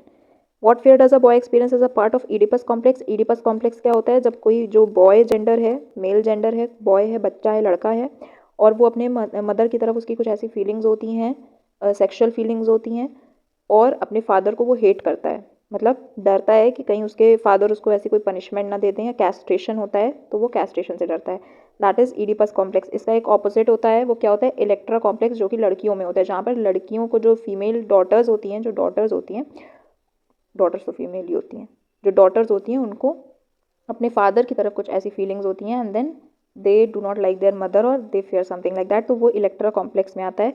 Oedipus complex is fear of punishment और कैस्ट्रेशन बाय हिज फादर, तो ये जो है वो करेक्ट होगा। Fear of losing his mother's love, हाँ हो सकता है कि उसको अपने मम्मी को खोने का डर हो, बट वो कहीं भी इस कॉन्सेप्ट में नहीं लिखा हुआ है। वो इतना बताया होता है कि हाँ उसको उसकी मम्मी की तरफ कुछ इस तरीके की सेक्सुअल डिज़ायर्स होती हैं। हाँ उनका लव खोने का डर होता है या नहीं, ये नहीं। डर के मामले में तो हमें बताया गया कि fear of punishment and castration by his father, तो इसका करेक्ट आंसर हो जाएगा option number C. What is the main focus of existential therapy? Existential मतलब एग्जिस्टेंस आपकी, तो आप इस अर्थ पे क्यों जन्म लिया है आपने, अपने लाइफ के मीनिंग को, पर्पस को समझना, दैट इज एग्जिस्टेंशियल थेरेपी। वहाँ पर हम उस क्लाइंट को ये रियलाइज कराने की कोशिश करते हैं। तो understanding one's life purpose and meaning, option number B will be the correct answer. Resolving unconscious conflicts, ये तो साइको एनालिसिस में होता है। एलिमिनेटिंग फोबियाज, तो फोबिया का हो गया, उसके भी अलग अलग तरीके होते हैं, systematic desensitization and all. Controlling physical symptom की बात नहीं हो रही है, that is known as existential therapy, जहाँ पर हम लाइफ पर्पस और मीनिंग को समझने की कोशिश करते हैं। Next is which of the following is not a major type of group? Primary secondary group होते हैं, फॉर्मल इनफॉर्मल ग्रुप हो सकते हैं, in group and out group होते हैं, बट डेमोक्रेटिक और ऑटोक्रेटिक ग्रुप नाम का कोई भी ग्रुप ऐसा साइकोलॉजी में नहीं डिफाइंड है। ठीक है, तो नॉट पूछा है तो D is the correct answer. Rahul suffers from irrational fears of heights, उसको हाइट से बहुत ज़्यादा डर लगता है। उसके थेरेपिस्ट जो है वो धीरे धीरे उसको जो है वो ऐसी सिचुएशन में डालते हैं जहाँ पर उसको हाइट का सामना करना पड़ता है, और धीरे धीरे उसको रिलैक्स होने की टेक्निक बताते हैं कि तुम्हें कैसे रिलैक्स होना है, कैसे इस डर को खत्म करना है। तो जब हम ग्रेजुअली कर रहे हैं, धीरे धीरे कर रहे हैं, तो इस तरीके की जो सिचुएशन होती है दैट इज सिस्टमैटिक डिसेंसिटाइजेशन। जब हम अचानक से एकदम से उसको बहुत ज़्यादा ऊंची बिल्डिंग के सामने ले जाके खड़ा कर देंगे पहली ही बार में, ठीक है, हमने उसको ले जाके 44th फ्लोर पे खड़ा कर दिया बिल्डिंग के, तो जब वो नीचे देखेगा ना तो जान चली जाएगी उसकी, दैट इज़ फ्लडिंग।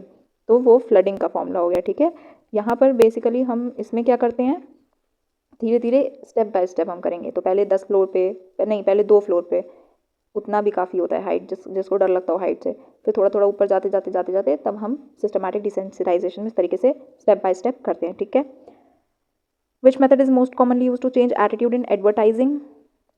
एडवर्टाइजिंग मतलब एडवर्टीजमेंट, जो आप टीवी देखते हो बीच बीच में ऐड आते हैं, तो वो क्या करने की कोशिश करते हैं, आपको परसुएड करने की कोशिश करते हैं, यानी आपको ये बताने की कोशिश करते हैं, कन्विंस करने की कोशिश करते हैं कि हमारा ही चीज़ जो है वो बेस्ट है और सबका बेकार है।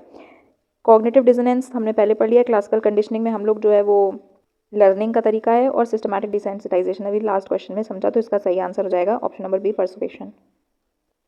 राहुल एक 14 साल का बच्चा है जो कि बहुत सारे सब्जेक्ट्स में स्कूल में बहुत अच्छा परफॉर्म कर रहा है, और बहुत सारी एक्स्ट्रा करिकुलर एक्टिविटीज़ में भी पार्टिसिपेट करता है और एक्सेल करता है, यानी सिर्फ पार्टिसिपेट नहीं करता बल्कि उन सारे में बहुत ज़्यादा नंबर 1 भी आता है। He often comes up with creative solutions to problems, creativity भी है उसके अंदर। His teacher notices his consistent dedication और एक्सेप्शनल परफॉर्मेंस उसकी टीचर नोट करती हैं बहुत सारे एरियाज़ में, सिर्फ एक एरिया में नहीं, टू बी हाईलाइटेड। तो इसके कंडीशन के बेसिस पे आपको बताना है कि राहुल की कैसी एबिलिटीज़ हैं, तो he is said to be gifted. अब यहाँ पर क्यों बाकी सब नहीं हो सकता, टैलेंट का मतलब होता है किसी एक स्पेसिफिक फील्ड में, इन्होंने साफ साफ कहा है कि अलॉन्ग डिफरेंट एरियाज, बताया भी है कि वो क्रिएटिव भी है, वो स्कूल में भी अच्छा परफॉर्म कर रहा है, एकेडमिक्स में भी, एक्स्ट्रा करिकुलर्स में भी, तो सब चीज़ में तो गिफ्टेडनेस हो गई। टैलेंट किसी एक स्पेसिफिक एरिया में होता है, इसलिए टैलेंट नहीं होगा। प्रोडिजी का मतलब होता है कि एडल्ट होने के बाद, बट एक यंग एज में जब कोई किसी एक स्किल में एक्स्ट्रा ऑर्डिनरी परफॉर्मेंस देता है, that is known as prodigy. वो ऐसा नहीं है, वो स्कूल में है अभी। और हाई क्रिएटिविटी, तो क्रिएटिविटी इसका एक पार्ट हो सकता है, तो गिफ्टेडनेस इसका करेक्ट आंसर हो जाएगा option number B. What is the key characteristic of a stress resistant personality? Stress resistant मतलब हम स्ट्रेस को फेस कर सकते हैं। Inability to cope with problem, तो ये तो ऑपोजिट बात हो गई। हाई लेवल्स ऑफ एंग्जाइटी, ये भी ऑपोजिट बात हो गई। Commitment, control and challenge, yes ये सही है। अवॉइडिंग स्ट्रेसफुल सिचुएशंस, ये भी ऑपोजिट बात हो गई। ये किस क्वालिटी को रेफर कर रहा है, अभी हमने पीछे पढ़ा है, इसका आंसर आप बताएंगे कमेंट में कि कमिटमेंट, कंट्रोल एंड चैलेंज ये किस क्वालिटी को रेफर कर रहा है, इस ऑप्शन नंबर सी में क्वेश्चन नंबर 40। ठीक है, इसका आंसर आप मुझे कमेंट में बताएंगे। Sohan feels anxious about a difficult math test but believes he can handle it, डर तो रहा है बट सोच रहा है कि मैं इसको हैंडल कर सकता हूँ। तो ये कौन सा अप्रेजल होगा, बताओ? ये होगा आपका सेकेंडरी अप्रेजल, जहाँ पर वो पहले तो प्राइमरी अप्रेजल में वो पहले उस सिचुएशन को एसेस कर रहा होगा कि प्रॉब्लम क्या है, कर पाऊंगा या नहीं कर पाऊंगा, ये सब सोचेगा, करने लायक है या नहीं। तो प्राइमरी अप्रेजल तो वो हो गया, तो इसलिए एक रॉन्ग हो गया। सेकेंडरी अप्रेजल इज समथिंग जहाँ पर वो समझ चुका है कि हाँ मेरे पास इस मतलब मैं इस प्रॉब्लम से डील कर सकता हूँ या नहीं, तो अगर उसको लग रहा है कि वो डील कर सकता है, दैट इज सेकेंडरी अप्रेजल, तो इसका करेक्ट आंसर सेकेंडरी अप्रेजल हो जाएगा। इमोशनल अप्रेजल, इमोशनल इम्पैक्ट कैसा होता है किसी सिचुएशन का, हम उस पर फोकस करते हैं। This is irrelevant, situational appraisal ऐसा कुछ होता ही नहीं है, तो इसका करेक्ट आंसर बी हो जाएगा। क्या हो जाएगा? बी हो जाएगा। ठीक है, what is an extreme consequence of high group cohesiveness? Conflict increase हो जाएगी, नहीं जब सब लोग मिलजुल जुल के साथ में रहने तो कॉन्फ्लिक्ट क्यों होने लगेगी? ग्रुप थिंक हो सकता है, ग्रुप थिंक कि जब बहुत ज़्यादा लोग बहुत ज़्यादा आपस में मिलजुल के काम कर रहे हैं, कोई डिसीजन मेकिंग की प्रोसेस हो रही है, लेकिन जो है वो कुछ मेजॉरिटी का एक पॉइंट ऑफ व्यू है, तो दूसरे लोग जो है वो उनके पॉइंट ऑफ व्यू से हाँ में हाँ मिला लेते हैं, दैट इज़ ग्रुप थिंग। तो हो सकता है रिड्यूस्ड ग्रुप परफॉर्मेंस नहीं, अगर मिलजुल के काम करेंगे तो परफॉर्मेंस अच्छी होगी। फॉर्मेशन ऑफ सब ग्रुप्स नहीं, एक ही ग्रुप है जब आपस में मिलजुल गए हैं तो फॉर्मेशन ऑफ सब ग्रुप क्यों होगा, इसका करेक्ट आंसर हो जाएगा ऑप्शन नंबर बी। ठीक है, what is the term use to describe a level of stress that is beneficial, इतना स्ट्रेस जो आपके लिए अच्छा हो, आपकी परफॉर्मेंस को अच्छा करने में मदद करे। तो डिस्ट्रेस तो नेगेटिव हो गया, जो कि आपको प्रॉब्लम क्रिएट कर रहा हो। क्रॉनिक स्ट्रेस का मतलब है बहुत लंबे समय तक कोई स्ट्रेसफुल सिचुएशन चली जा रही है जिससे परेशानी हो रही है, तो ये भी गलत हो गया। एक्यूट स्ट्रेस मतलब बहुत ज़्यादा स्ट्रेस होना थोड़े ही समय के लिए। You stress is something that is positive stress, जो आपको कुछ पॉजिटिव कुछ प्रोडक्टिव करने के लिए आपको इनकरेज मोटिवेट करती हो। ठीक है, this is the correct answer. General adaptation syndrome proposed by Hans Selye consist of which 3 stages, तो हमने पहले पढ़ रखा है अलार्म, रेजिस्टेंस एंड एग्जॉशन, तो इसका करेक्ट आंसर ए हो जाएगा। क्या हो जाएगा, ए। स्ट्रेस कोपिंग रिकवरी गलत है, प्राइमरी सेकेंडरी टर्शियरी अप्रेजल होते हैं, जिसमें भी टर्शियरी कोई अप्रेजल नहीं होता, सिर्फ प्राइमरी सेकेंडरी होता है। शॉक कोपिंग अडेप्टेशन नहीं, तो इसका करेक्ट आंसर क्या हो जाएगा, option number A. What does the term therapeutic alliance refer to, therapeutic alliance का मतलब होता है जो थेरेपी के वक्त पे थेरेपिस्ट और क्लाइंट के बीच में जो एक तरीके का पॉजिटिव एक तरीके का रिलेशन स्टैब्लिश किया जाता है, सो दैट जो क्लाइंट है वो अपनी सारी प्रॉब्लम थेरेपिस्ट के साथ शेयर कर पाए आराम से, और थेरेपिस्ट भी अपनी सारी कोशिश कर पाए, सारी चीज़ें पता लगा पाए, एनालाइज कर पाए इन्फॉर्मेशन को अच्छे तरीके से, और बातचीत करके वो लोग ट्रीटमेंट को कैरी ऑन कर सकें। तो एक temporary relationship between the therapist and client, हाँ एक टेम्परेरी रिलेशनशिप जो होती है that is known as therapeutic alliance. Life long bond between, नहीं लाइफ लॉन्ग बॉन्ड नहीं हो सकता, कोई हम यहाँ पे शादी तो करनी नहीं है, या अगर सेम जेंडर के हैं तो क्या ज़िंदगी भर का रिश्ता भाई बहन बना लेना है, नहीं ऐसा कुछ नहीं होता, तो ये गलत हो गया आपका।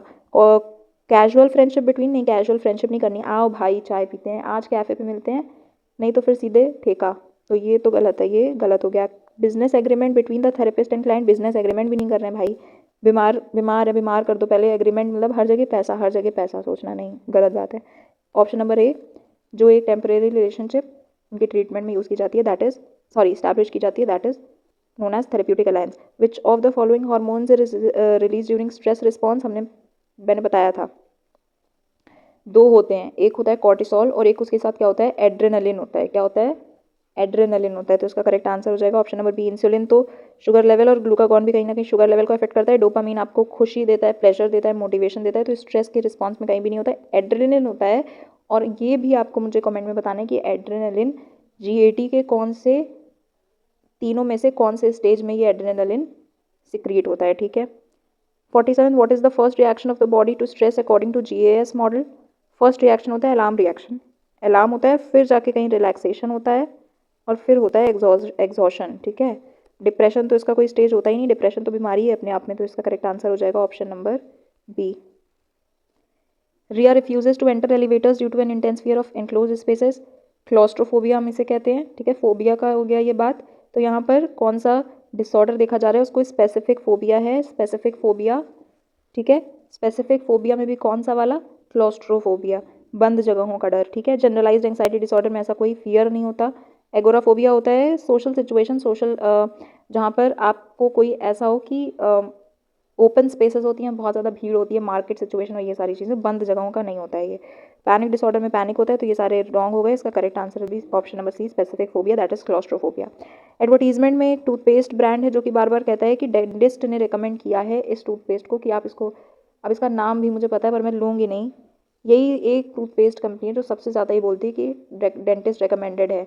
पहले ऐसा होता था, मेरे दांत में दर्द होता था, फिर डेंटिस्ट ने बोला आप ये यूज़ करिए, तो उसके बाद से मुझे प्रॉब्लम होना ख़त्म हो गई। एक है, मैं बोलूँगी नहीं नाम।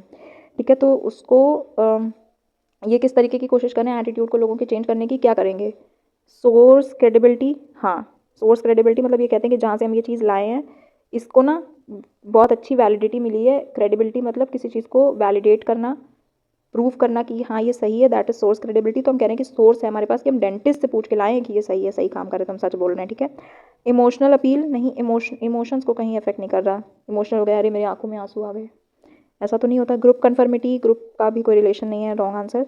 स्केप गोटिंग का मतलब होता है दूसरे को ब्लेम करना अपनी प्रॉब्लम के लिए, तो ये भी नहीं है, इसका करेक्ट आंसर भी option number A. Which psychologist believe that there is a common structure on which people differ from each other, किसने कहा था कि एक कॉमन स्ट्रक्चर है जिसके बेसिस पे लोग एक दूसरे से अलग होते हैं, रेमंड कैटल। और कौन सी थ्योरी में, वो भी 16 पीएफ थ्योरी में, इन्होंने 16 पीएफ जो मॉडल था वो दिया, और इन्होंने कहा कि एक कॉमन स्ट्रक्चर है जिसके बेसिस पे लोग डिफ़र करते हैं। गॉर्डन ऑलपोर्ट ने क्या बोला था, इन्होंने इंडिविजुअल यूनिकनेस की बात की थी, मतलब कॉमन ट्रेट स्ट्रक्चर नहीं बताया था, उन्होंने यूनिक आइडेंटिटी बताई थी हर एक इंडिविजुअल की। सिगमंड फ्रूड का इससे कोई रिलेशन ही नहीं है, वो अनकॉन्शियस माइंड में ही परेशान है, इसके बारे में तो उन्हें कुछ बोलने का मौका नहीं मिला।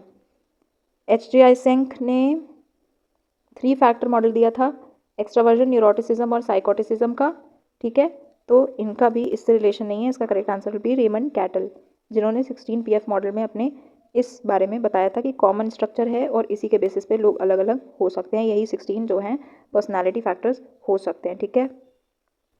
Next question says, according to Lazarus, which type of appraisal refers to assessing a situation as positive, neutral और negative?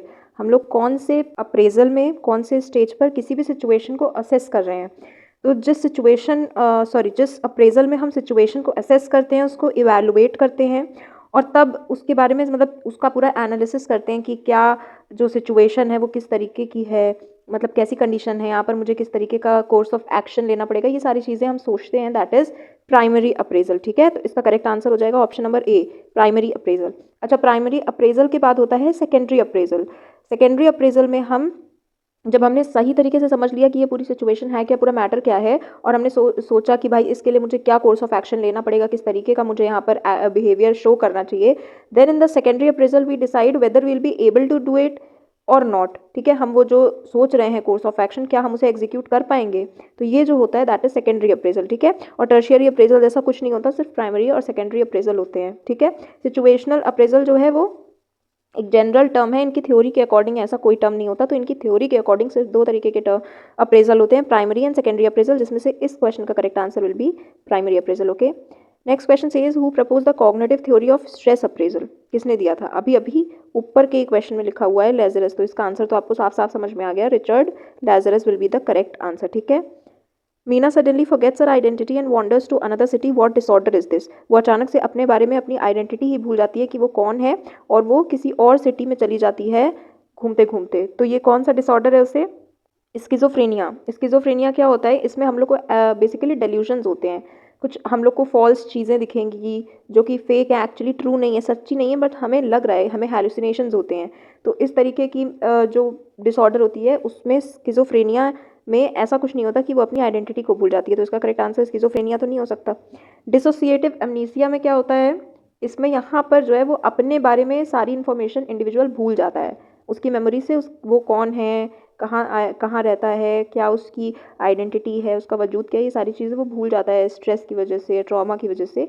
तो वहाँ पर ये जो सिचुएशन है कि जहाँ पर वो अपनी आइडेंटिटी भूल जा रही है, it is a situation from the disorder named dissociative amnesia, तो इसका correct answer option number B हो जाएगा। पैनिक डिसऑर्डर में तो पैनिक होता है, OCD भी आपको पता है, ऑब्सेसिव कंपल्सिव डिसऑर्डर, इसमें कुछ रिपीटेटिव एक्शंस देखने को मिलते हैं, बार बार कोई बिहेवियर शो करता है इंडिविजुअल, अब नॉर्मली नॉट नॉर्मली, ठीक है। नेक्स्ट क्वेश्चन है, Aarav exercises daily and practises yoga to manage his stress, what kind of coping is this? किस टाइप की कोपिंग है ये? अवॉइडेंस कोपिंग है, क्या वो अपनी प्रॉब्लम को अवॉइड कर रहा है? नहीं। प्रॉब्लम फेस फोकस्ड कोपिंग, क्या ऐसी कोई यहाँ पर प्रॉब्लम है कोई बहुत बड़ी कि जिसको वो फेस करके उससे डील करने की कोशिश कर रहा है? नहीं। Emotion focused coping, yes this is emotion focused coping, यहाँ पर हम अपने इमोशंस को जो जैसा भी हम फील कर रहे हैं उसमें उसको शांत करने की कोशिश करते हैं, रेगुलेट करने की कोशिश करते हैं, कैसे? खुद को रिलैक्स रख के, खुद को काम करके, by the means of meditation, ठीक है। तो इस तरीके के योगा और एक्सरसाइज से हम अपने बॉडी को काम करते हैं, अपने माइंड, अपने ब्रेन को काम करते हैं, तो इसका जो करेक्ट आंसर हो जाएगा that will be option number C, emotion focused coping. Suppression क्यों नहीं होगा? सप्रेशन का बेसिकली मतलब होता है कोई चीज़, हम अगर कोई चीज़ जो हमें स्ट्रेस दे रही है उसको हम दबाने की कोशिश कर रहे हैं ताकि वो हमारे माइंड में बार बार ना आए, तो ये सप्रेशन का भी एग्जाम्पल नहीं है, ठीक है। Meera stays up all night for a project and feels exhausted the next day, तो ये कौन सा स्टेज है? जब यहाँ पर वर्ड ही दे दिया है एग्जॉस्टेड, तो इससे आपको समझ जाना चाहिए कि ये एग्जॉशन का स्टेट है, ठीक है। अलार्म रिएक्शन में क्या होता है? This is the first stage, जो स्ट्रेस की कोई सिचुएशन आती है उसमें सबसे पहला जो आपका बॉडी का रिएक्शन होगा दैट अलार्म रिएक्शन। रेजिस्टेंस होगा जहाँ पर आप उससे फेस करने की, उससे लड़ने की कोशिश करोगे प्रॉब्लम से। अडेप्टेशन जो है दैट इज़ मतलब GS थ्योरी का कोई ये स्टेज नहीं होता, सिर्फ ये 3 स्टेजेस होते हैं। अडेप्टेशन का बेसिकली जनरल मतलब जो होता है वही होता है कि हाँ किसी चीज़ के उसमें आप अपने आप को ढाल रहे हो, तो ठीक है। Next question is 56, Aryan has a strong sense of commitment, control and challenge. अब ये तीनों टर्म्स जो हैं वो एक डेफिनेशन के बहुत इंपॉर्टेंट की टर्म्स हैं, आपको बताना है। और ये क्वेश्चन मैंने पहले भी आपको 44th क्वेश्चन था शायद, जहाँ पर मैंने आपको बोला था कि आपको बताना है कि ये जो तीनों टर्म्स हैं, वर्ड्स हैं, किस एक डेफिनेशन से रिलेटेड हैं। तो इसका करेक्ट आंसर आपको पता चल गया होगा। इसका करेक्ट आंसर होगा हार्डीनेस। हार्डीनेस यानी हमें इतनी शक्ति, हम इतने सख्त हैं, हम इतने हार्ड हैं, स्ट्रॉन्ग हैं, स्ट्रेंथ हमारे अंदर, that we will be able to face any challenge और any obstacle that comes into our that comes in our way. ठीक है। रेजिलेंस का मतलब होता है जहाँ पर आप स्ट्रेस से रिकवर कर सकते हो, रेजिलेंस शो कर रहे हो। तो ये कोई कंट्रोल एंड चैलेंज नहीं हो सकता यहाँ पे। ठीक है, कंट्रोल और चैलेंज नहीं कर रहे हो तो रेजिलेंस नहीं होगा। इमोशनल इंटेलिजेंस, इमोशंस को रेगुलेट करना। अवॉइडेंस, कोपिंग पढ़ चुके हैं, तो ये सारे इसके गलत आंसर होंगे। करेक्ट आंसर होगा ऑप्शन नंबर ए। ठीक है। स्टीरियोटाइप्स क्या होते हैं? किसी भी एक पर्टिकुलर आइडिया या किसी चीज़ के बारे में आपके जो ओवर जनरलाइज्ड बिलीव्स होते हैं किसी पर्टिकुलर ग्रुप के बारे में, आप उनको एक नज़रिए से देखते हो, एक पर्सपेक्टिव हो जाता है जो सेट हो जाता है, दैट इज़ स्टीरियोटाइप। तो negative behaviour towards a social group, behaviour exactly नहीं, हम सोच में हमारे स्टीरियोटाइप होता है, ज़रूरी नहीं हम बिहेवियर में हो भले, लेकिन जो है वो सोच में तो रहेगा ही।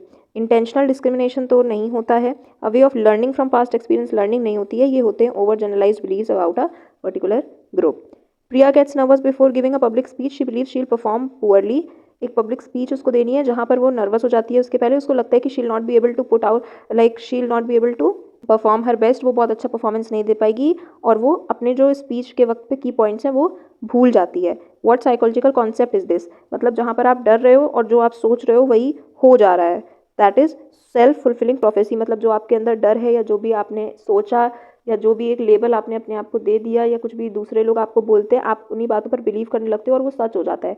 इसलिए कहते हैं कभी सोच का कभी भी नेगेटिव नहीं सोचना चाहिए। अपनी लाइफ में आपका कोई एम है, कोई गोल है, ठीक है, तो आप ये मत सोचो कि आप नहीं कर पाओगे या कहीं जब आप स्टार्ट कर रहे हो ना, कहीं से एक आपको रेस जीतनी है और आप स्टार्ट कर रहे हो, जब स्टार्टिंग पॉइंट पे हो तो आपको कभी ये नहीं सोचना है कि व्हाट इफ आई, मतलब मैं वहाँ एंडिंग पॉइंट तक पहुँच ही ना पाऊँ, मैं कहीं बीच में ही ना गिर जाऊँ, कहीं मैं इंजर्ड ना हो जाऊँ, कहीं मैं दौड़ ही ना पाऊँ। तो अगर आप ये सोच लोगे ना तो आप कभी उस एंडिंग पॉइंट तक, एंडिंग लाइन तक पहुँच ही नहीं सकते। तो इसलिए वहाँ से आपको अपने आप को इतना ऑप्टिमिस्टिक रखना है कि हाँ I will be able to achieve it, मैं ये कर सकता हूँ, तभी आप उस तक गोल तक एक्चुअली पहुँचोगे। तो वरना फिर क्या होगा, सेल्फ फुलफिलिंग प्रोफेसी का खेल हो जाएगा। तो इसका जो करेक्ट आंसर होगा that will be self fulfilling prophecy.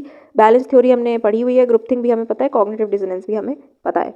People in a town avoid interacting with a minority group, एक माइनॉरिटी ग्रुप है और उससे वो लोग बातचीत नहीं करना चाहते हैं, उसके खिलाफ जो स्टीरियोटाइप्स फैले हुए हैं उनके अगेंस्ट, उसको लेकर के। तो इसमें क्या हो रहा है, भेदभाव हो रहा है। क्या हो रहा है, भेदभाव। भेदभाव मीन्स डिस्क्रिमिनेशन। ठीक है, सोशल कॉग्निशन नहीं है, सेल्फ फुलफिलिंग प्रोफेसी और परसुएशन जैसा यहाँ पर कुछ भी नहीं दिखाई दे रहा।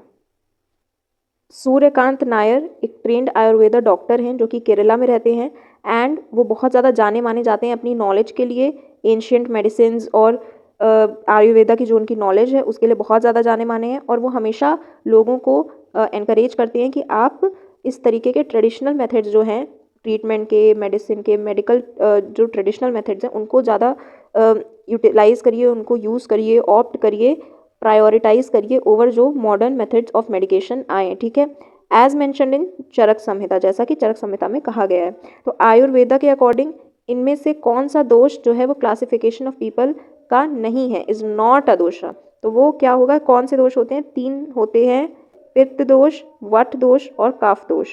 तो इसमें जो ये वाम दोष है, इस नाम का कोई भी दोष नहीं होता है। तो the correct answer for this will be option number ए। ये तीनों हमें पता है, होते हैं, हमने पढ़ा हुआ है। विच of the following life skill helps us communicate clearly and confidently, हम दूसरों से कम्युनिकेट कर पाते हैं, अपनी बातें कह पाते हैं अच्छी तरीके से, हमारी फीलिंग्स, हमारी जो भी ज़रूरतें हैं, हम जो भी सोच रहे हैं, सारी चीज़ें हम कम्युनिकेट कर पाते हैं दूसरों से। तो ये कैसे कर पाते हैं हम, टाइम मैनेजमेंट की वजह से नहीं, इसमें बोलने का, एक्सप्रेस करने का तो कोई नहीं। रैशनल थिंकिंग में तो हम सोच अच्छा सकते हैं, कम्युनिकेशन का कोई नहीं आ रहा। सेल्फ केयर में हम खुद की केयर करते हैं तो ये भी नहीं। असर्टिवनेस हो जाएगा, असर्ट करने का मतलब या असर्टिवनेस होने का मतलब है कि आप अपनी बात को, अपने थॉट्स को अच्छी तरीके से एक्सप्रेस कर सकते हो, दूसरों के सामने अच्छी तरीके से रख सकते हो, प्रेजेंट कर सकते हो।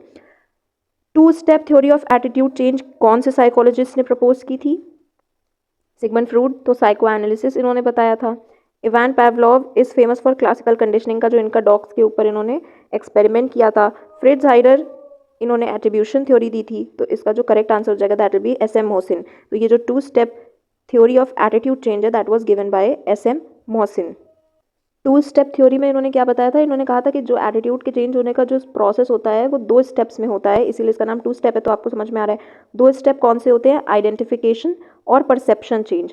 आइडेंटिफिकेशन का मतलब हम देखते हैं, हम ये पता लगाते हैं, आइडेंटिफाई करने की कोशिश करते हैं कि ये चेंज कहाँ से आ रहा है, और जहाँ से भी ये चेंज आ रहा है उसमें और टारगेट में एक पॉजिटिव एटीट्यूड का रिलेशन होना चाहिए। Then second process is the perception change, जहाँ पर सोर्स जो है वो अपने टारगेट के परसेप्शन को चेंज कर लेता है। यानी जहाँ पर जैसे मान लो कि आप मीडिया देखते हो, न्यूज़ देखते हो, या आप इंस्टाग्राम चलाते हो, सोशल मीडिया देख रहे हो, यूट्यूब देख रहे हो, तो बहुत सारी ऐसी चीज़ें हैं जहाँ पर आपको इन्फ्लुएंस करते हैं वो कंटेंट, आपके सोच को या आपके एटीट्यूड को किसी पर्टिकुलर चीज़ या किसी पर्टिकुलर इंसान की तरफ चेंज कर सकते हैं। तो यहाँ पर जहाँ से चेंज आ रहा है दैट इज़ द सोर्स। तो सोशल मीडिया इन्फ्लुएंसर्स या सोशल मीडिया या न्यूज़ चैनल जो है वो सोर्स हो गया, और जिसके एटीट्यूड को चेंज किया जा रहा है that will be the target. तो जैसे हम जो है नॉर्मल जनता जो है वो टारगेट हो गए, तो यहाँ पर जो सोशल मीडिया है वो अपने एक्टिविटी से टारगेट के परसेप्शन में, उसकी सोच में चेंज ला रहा है, एटीट्यूड में चेंज ला रहा है। ठीक है, तो बेसिकली 2 स्टेप थ्योरी में 2 स्टेप होते हैं, identification and perception change. Varun एक डिप्रेस्ड पेशेंट हैं and he is encouraged by his therapist to take responsibility for his actions and find meaning in life. उनको थेरेपिस्ट जो है उनके वो इनकरेज करते हैं कि आप अपने लाइफ के पर्पस को, आपके जो भी लाइफ का कोई गोल सेट करिए, कोई पर्पस आपकी ज़िंदगी का होगा, that your existence is meant for, तो आप अपने एक्शंस की रिस्पॉन्सिबिलिटी लीजिए। तो ये उनके थेरेपिस्ट उनको बताते हैं।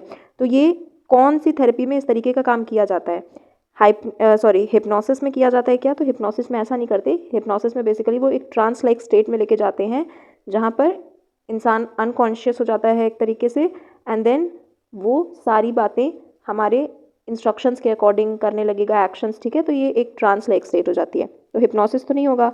बिहेवियर थेरेपी में भी ऐसा नहीं होता है।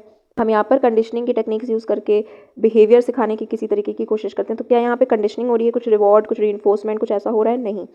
साइको एनालिसिस में बेसिकली हम बातचीत करके उनके जो अनकॉन्शियस थॉट्स हैं उनके बारे में पता लगाने की कोशिश करते हैं। तो यहाँ पर ऐसा कुछ नहीं हो रहा। लोगोथेरेपी में ऐसा होता है जहाँ पर हम उस क्लाइंट को, उस पेशेंट को उसकी लाइफ का पर्पस समझने के लिए एनकरेज करते हैं। तो the correct answer for this question will be option number A, logotherapy. Tuckman's model of group formation में कौन सा स्टेज पे कॉन्फ्लिक्ट और कंपटीशन आता है रोल्स के बीच में? टकमैन्स मॉडल ऑफ ग्रुप फॉर्मेशन क्या है? इन्होंने कहा था कि किसी भी ग्रुप के फॉर्म होने में 5 स्टेजेस होते हैं। सबसे पहला होता है फॉर्मिंग। फॉर्मिंग मतलब जहाँ पर ग्रुप फॉर्म हो रहा है, सारे लोग एक साथ आ रहे हैं और बताया जा रहा है कि you are a group now, you all have to work in a team now. ठीक है, फिर होगा आपका स्टॉर्मिंग। स्टॉर्मिंग का मतलब है कि जब सारे लोग एक साथ आए, तो जब उन्होंने एक दूसरे को जानने की कोशिश की, एक दूसरे से इंट्रोडक्शन हुआ, तो स्टॉर्म आया, तूफान आ गया। क्या तूफान आ गया? कि लोगों ने देखा कि उनके जो थॉट प्रोसेसेस हैं, उनके जो माइंडसेट हैं, उनकी जो भी पर्सनालिटी है वो एक दूसरे से काफ़ी अलग है। ठीक है, ऑपोजिट्स हैं वो, या उसमें चेंजेस हैं, कॉन्फ्लिक्ट्स हैं उनके थॉट्स में। तो वो उन लोग के बीच में जद्दोजहद चल रही होती है कि वो कैसे एक दूसरे के साथ एडजस्ट करते हैं। तो ये जो यहाँ पर कॉन्फ्लिक्ट और कंपटीशन की बात आ रही है, ये होता है second stage of Tuckman's model, storming में। ठीक है, नॉर्मिंग होता है नेक्स्ट। नॉर्मिंग में मतलब फिर सब एक दूसरे के साथ एक अंडरस्टैंडिंग बिल्ड करते हैं, एंड देन दे अंडरस्टैंड कि हमें एक टीम में काम करना है, we'll have to respect the differences we have and work together, क्योंकि हमें we have to work as one and win as one. ठीक है, तो नॉर्मिंग हो गया, and then next one is performing. Performing मतलब अब वो अपना टास्क परफॉर्म करते हैं, एंड देन लास्ट इसका जो 5th होता है स्टेज, दैट इज एडजर्निंग। एडजर्निंग मतलब अब ग्रुप को डिसॉल्व कर दिया जाता है, ग्रुप खत्म हो जाता है। ठीक है, बायो फीडबैक क्या होता है? एक ट्रीटमेंट का मेथड होता है। कौन से में होता है? A method to control physiological responses to stress. Yes, bio feedback में देखो बायो आ रहा है, बायो मतलब बॉडी से रिलेटेड, तो यहाँ पर हम फिजियोलॉजिकल रिस्पॉन्सेज को स्ट्रेस में चेंज करते हैं, कंट्रोल करने की कोशिश करते हैं। A type of problem solving technique, no. Strategy to ignore stress या साइकोथेरेपी नहीं है ये। यहाँ पर हम फिजियोलॉजिकल चेंजेस पे, रिस्पॉन्सेज पे फोकस करते हैं, because this word contains bio word and bio is related to body. ठीक है, POX ट्रायंगल में इम्बैलेंस कब पाया जाता है? ये मैंने अच्छे से समझाया था अभी आपको। When all 3 sides are positive, अगर सब कुछ पॉजिटिव है तो वहाँ पर नेगेटिविटी का कोई चांस हो सकता है क्या? नहीं। तो यहाँ पर तो इम्बैलेंस नहीं होगा, सब कुछ बहुत बढ़िया बैलेंस में होगा, हार्मनी में होगा। When 2 sides are negative and 1 is positive, जब 2 नेगेटिव हैं और 1 पॉजिटिव है तो हमने क्या कहा था? इवन नंबर ऑफ नेगेटिव हो जाते हैं तो कंडीशन बैलेंस हो जाती है।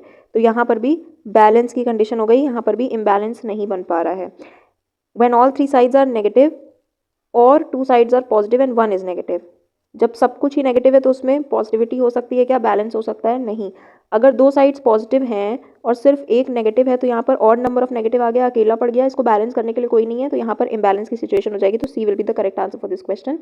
Next is when two sides are positive and one side is also positive, तो सब तो पॉजिटिव हो गया, बैलेंस मेंटेन हो गया, यही बात हो गई ना कि सारे के सारे थ्री साइड्स पॉजिटिव हो गए, ठीक है। तो इसका correct answer option number C हो जाएगा। इनमें से कौन सी स्टेटमेंट है जो कि इंटरैक्शनल अप्रोच पर्सपेक्टिव को सही तरीके से रिफ्लेक्ट कर रही है?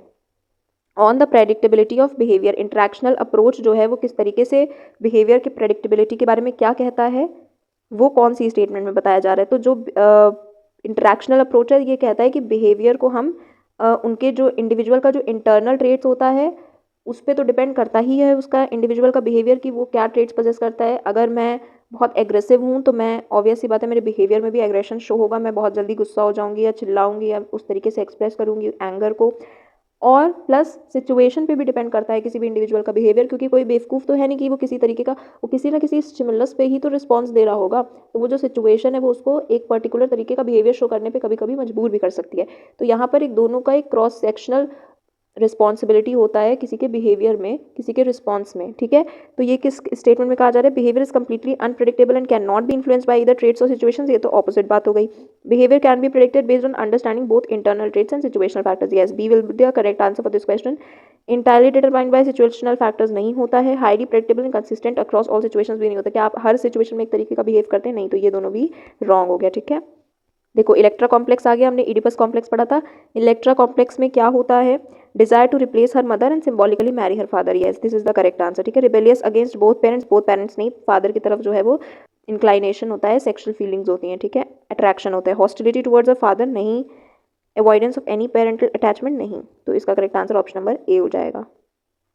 According to the kernel truth concept, how do stereotypes persist over time, यहाँ पर हम क्या कह रहे हैं? कर्नल ऑफ ट्रूथ, यानी हम कैसे स्टीरियोटाइप्स को सच मान लेते हैं, ठीक है, कैसे ये बहुत ज़्यादा लंबे समय तक हमारे मन में कोई एक बात स्टीरियोटाइप के फॉर्म में रह जाती है।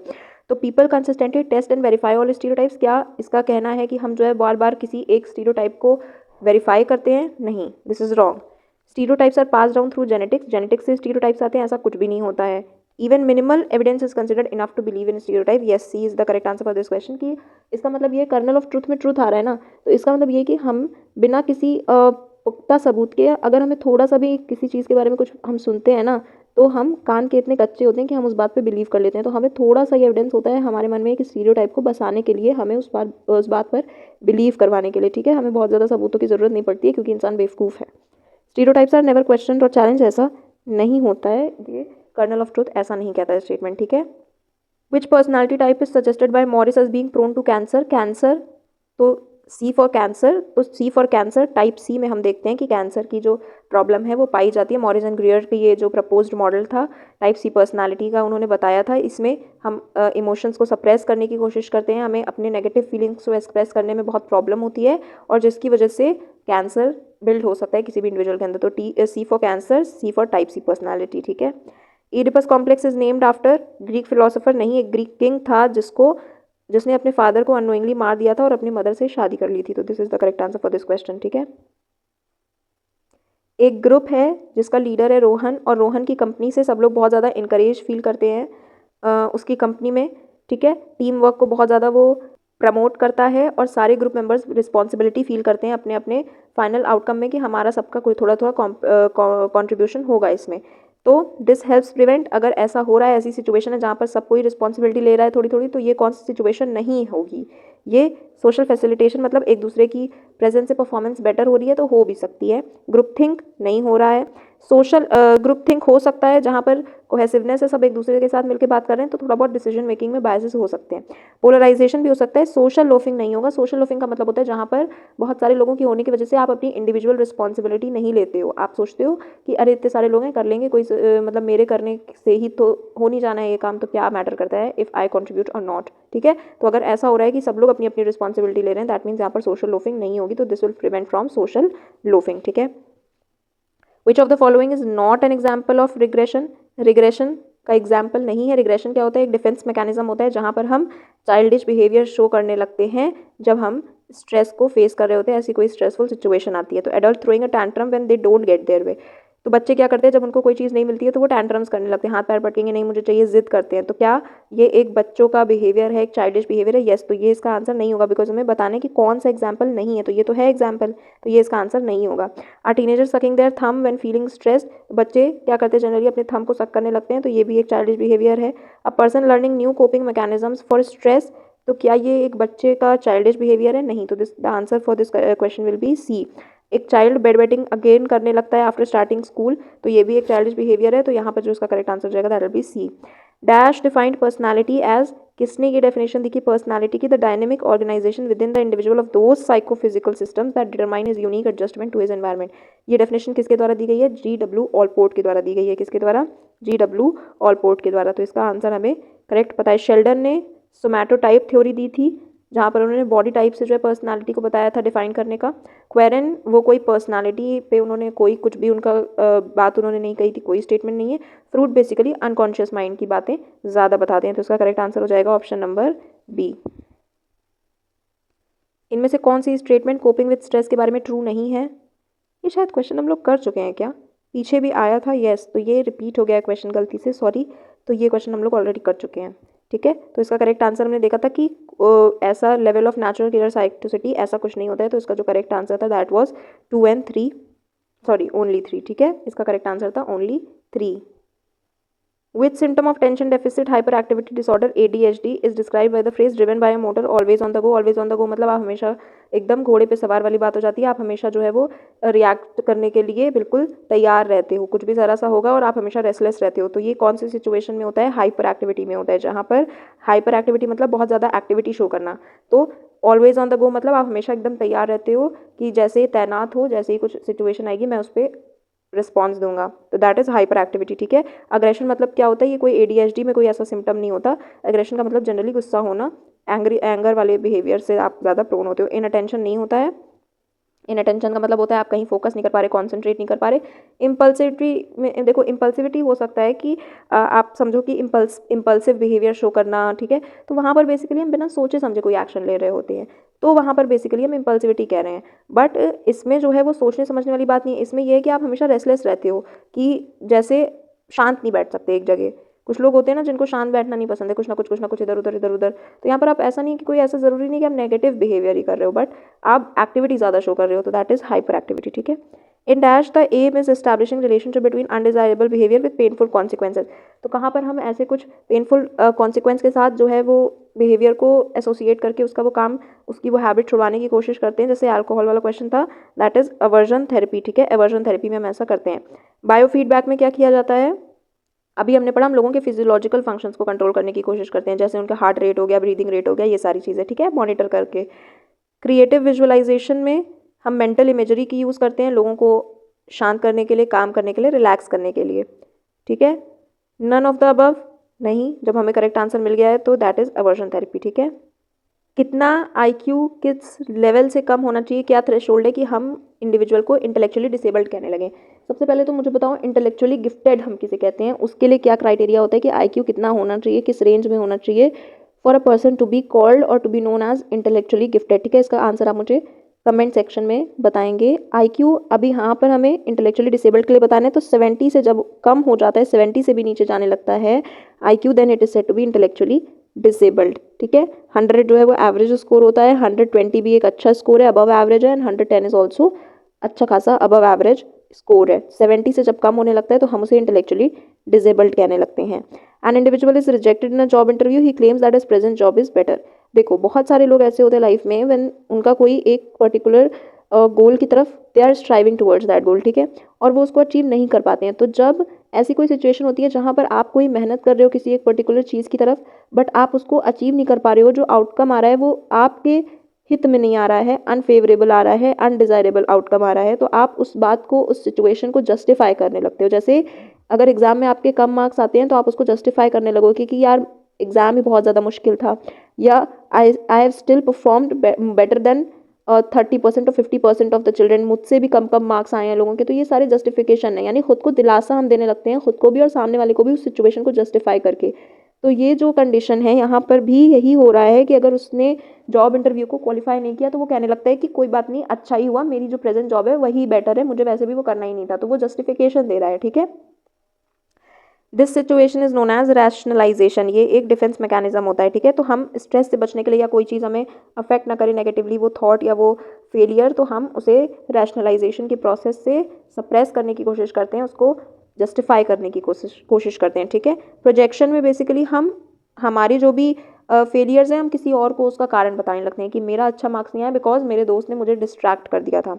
रिग्रेशन में हम क्या करते हैं, हम चाइल्डिश बिहेवियर शो करने लगते हैं। और रिएक्शन फॉर्मेशन, इसमें हम जैसी हमारी ट्रू फीलिंग है, मतलब जैसा हम सच में फील कर रहे हैं हम वैसा बिहेवियर ना शो करके ऑपोजिट बिहेवियर शो करने लगते हैं, ठीक है। Rajat is satisfied only if he has everything perfectly, मतलब वो अगर सब कुछ परफेक्टली करता है तभी जो है वो बहुत ज़्यादा सेटिस्फाई होता है। तो यहाँ पर क्या हो रहा है, सोशल प्रेशर है क्या, नहीं। क्या वो किसी और की एक्सपेक्टेशंस को मीट करने की कोशिश कर रहा है, नहीं। तो बाहर से उसके ऊपर कोई प्रेशर नहीं है कि वो किसी और की एक्सपेक्टेशन नहीं मीट कर पा रहा, वो अपनी एक्सपेक्टेशन नहीं मीट कर पा रहा, मतलब वो हर चीज़ परफेक्टली करना चाहता है, उसकी खुद की जो स्टैंडर्ड्स हैं वो बहुत हाई है। तो यहाँ पर इंटरनल प्रेशर है, वो खुद से ही प्रेशर अपने आप को दे रहा है।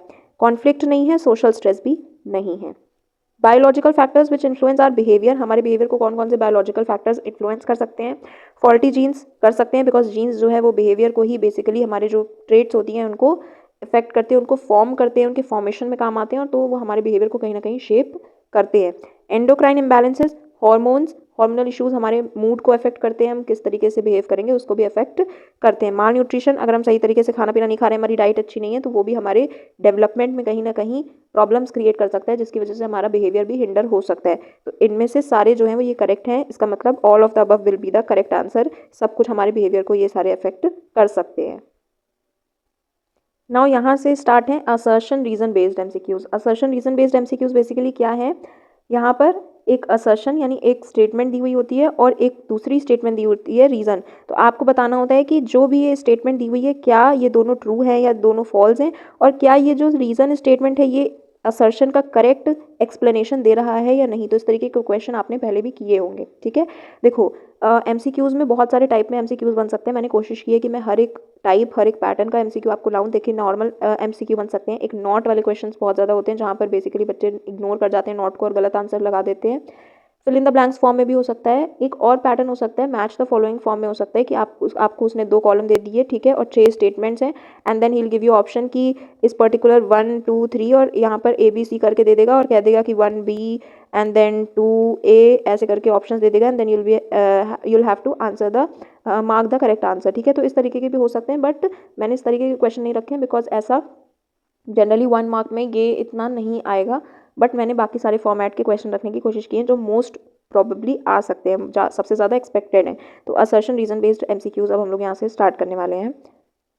इसमें का असर्शन रीजन का एक ना एक क्वेश्चन तो आएगा ही, ज़रूर आएगा, 1-2 क्वेश्चंस आते ही है।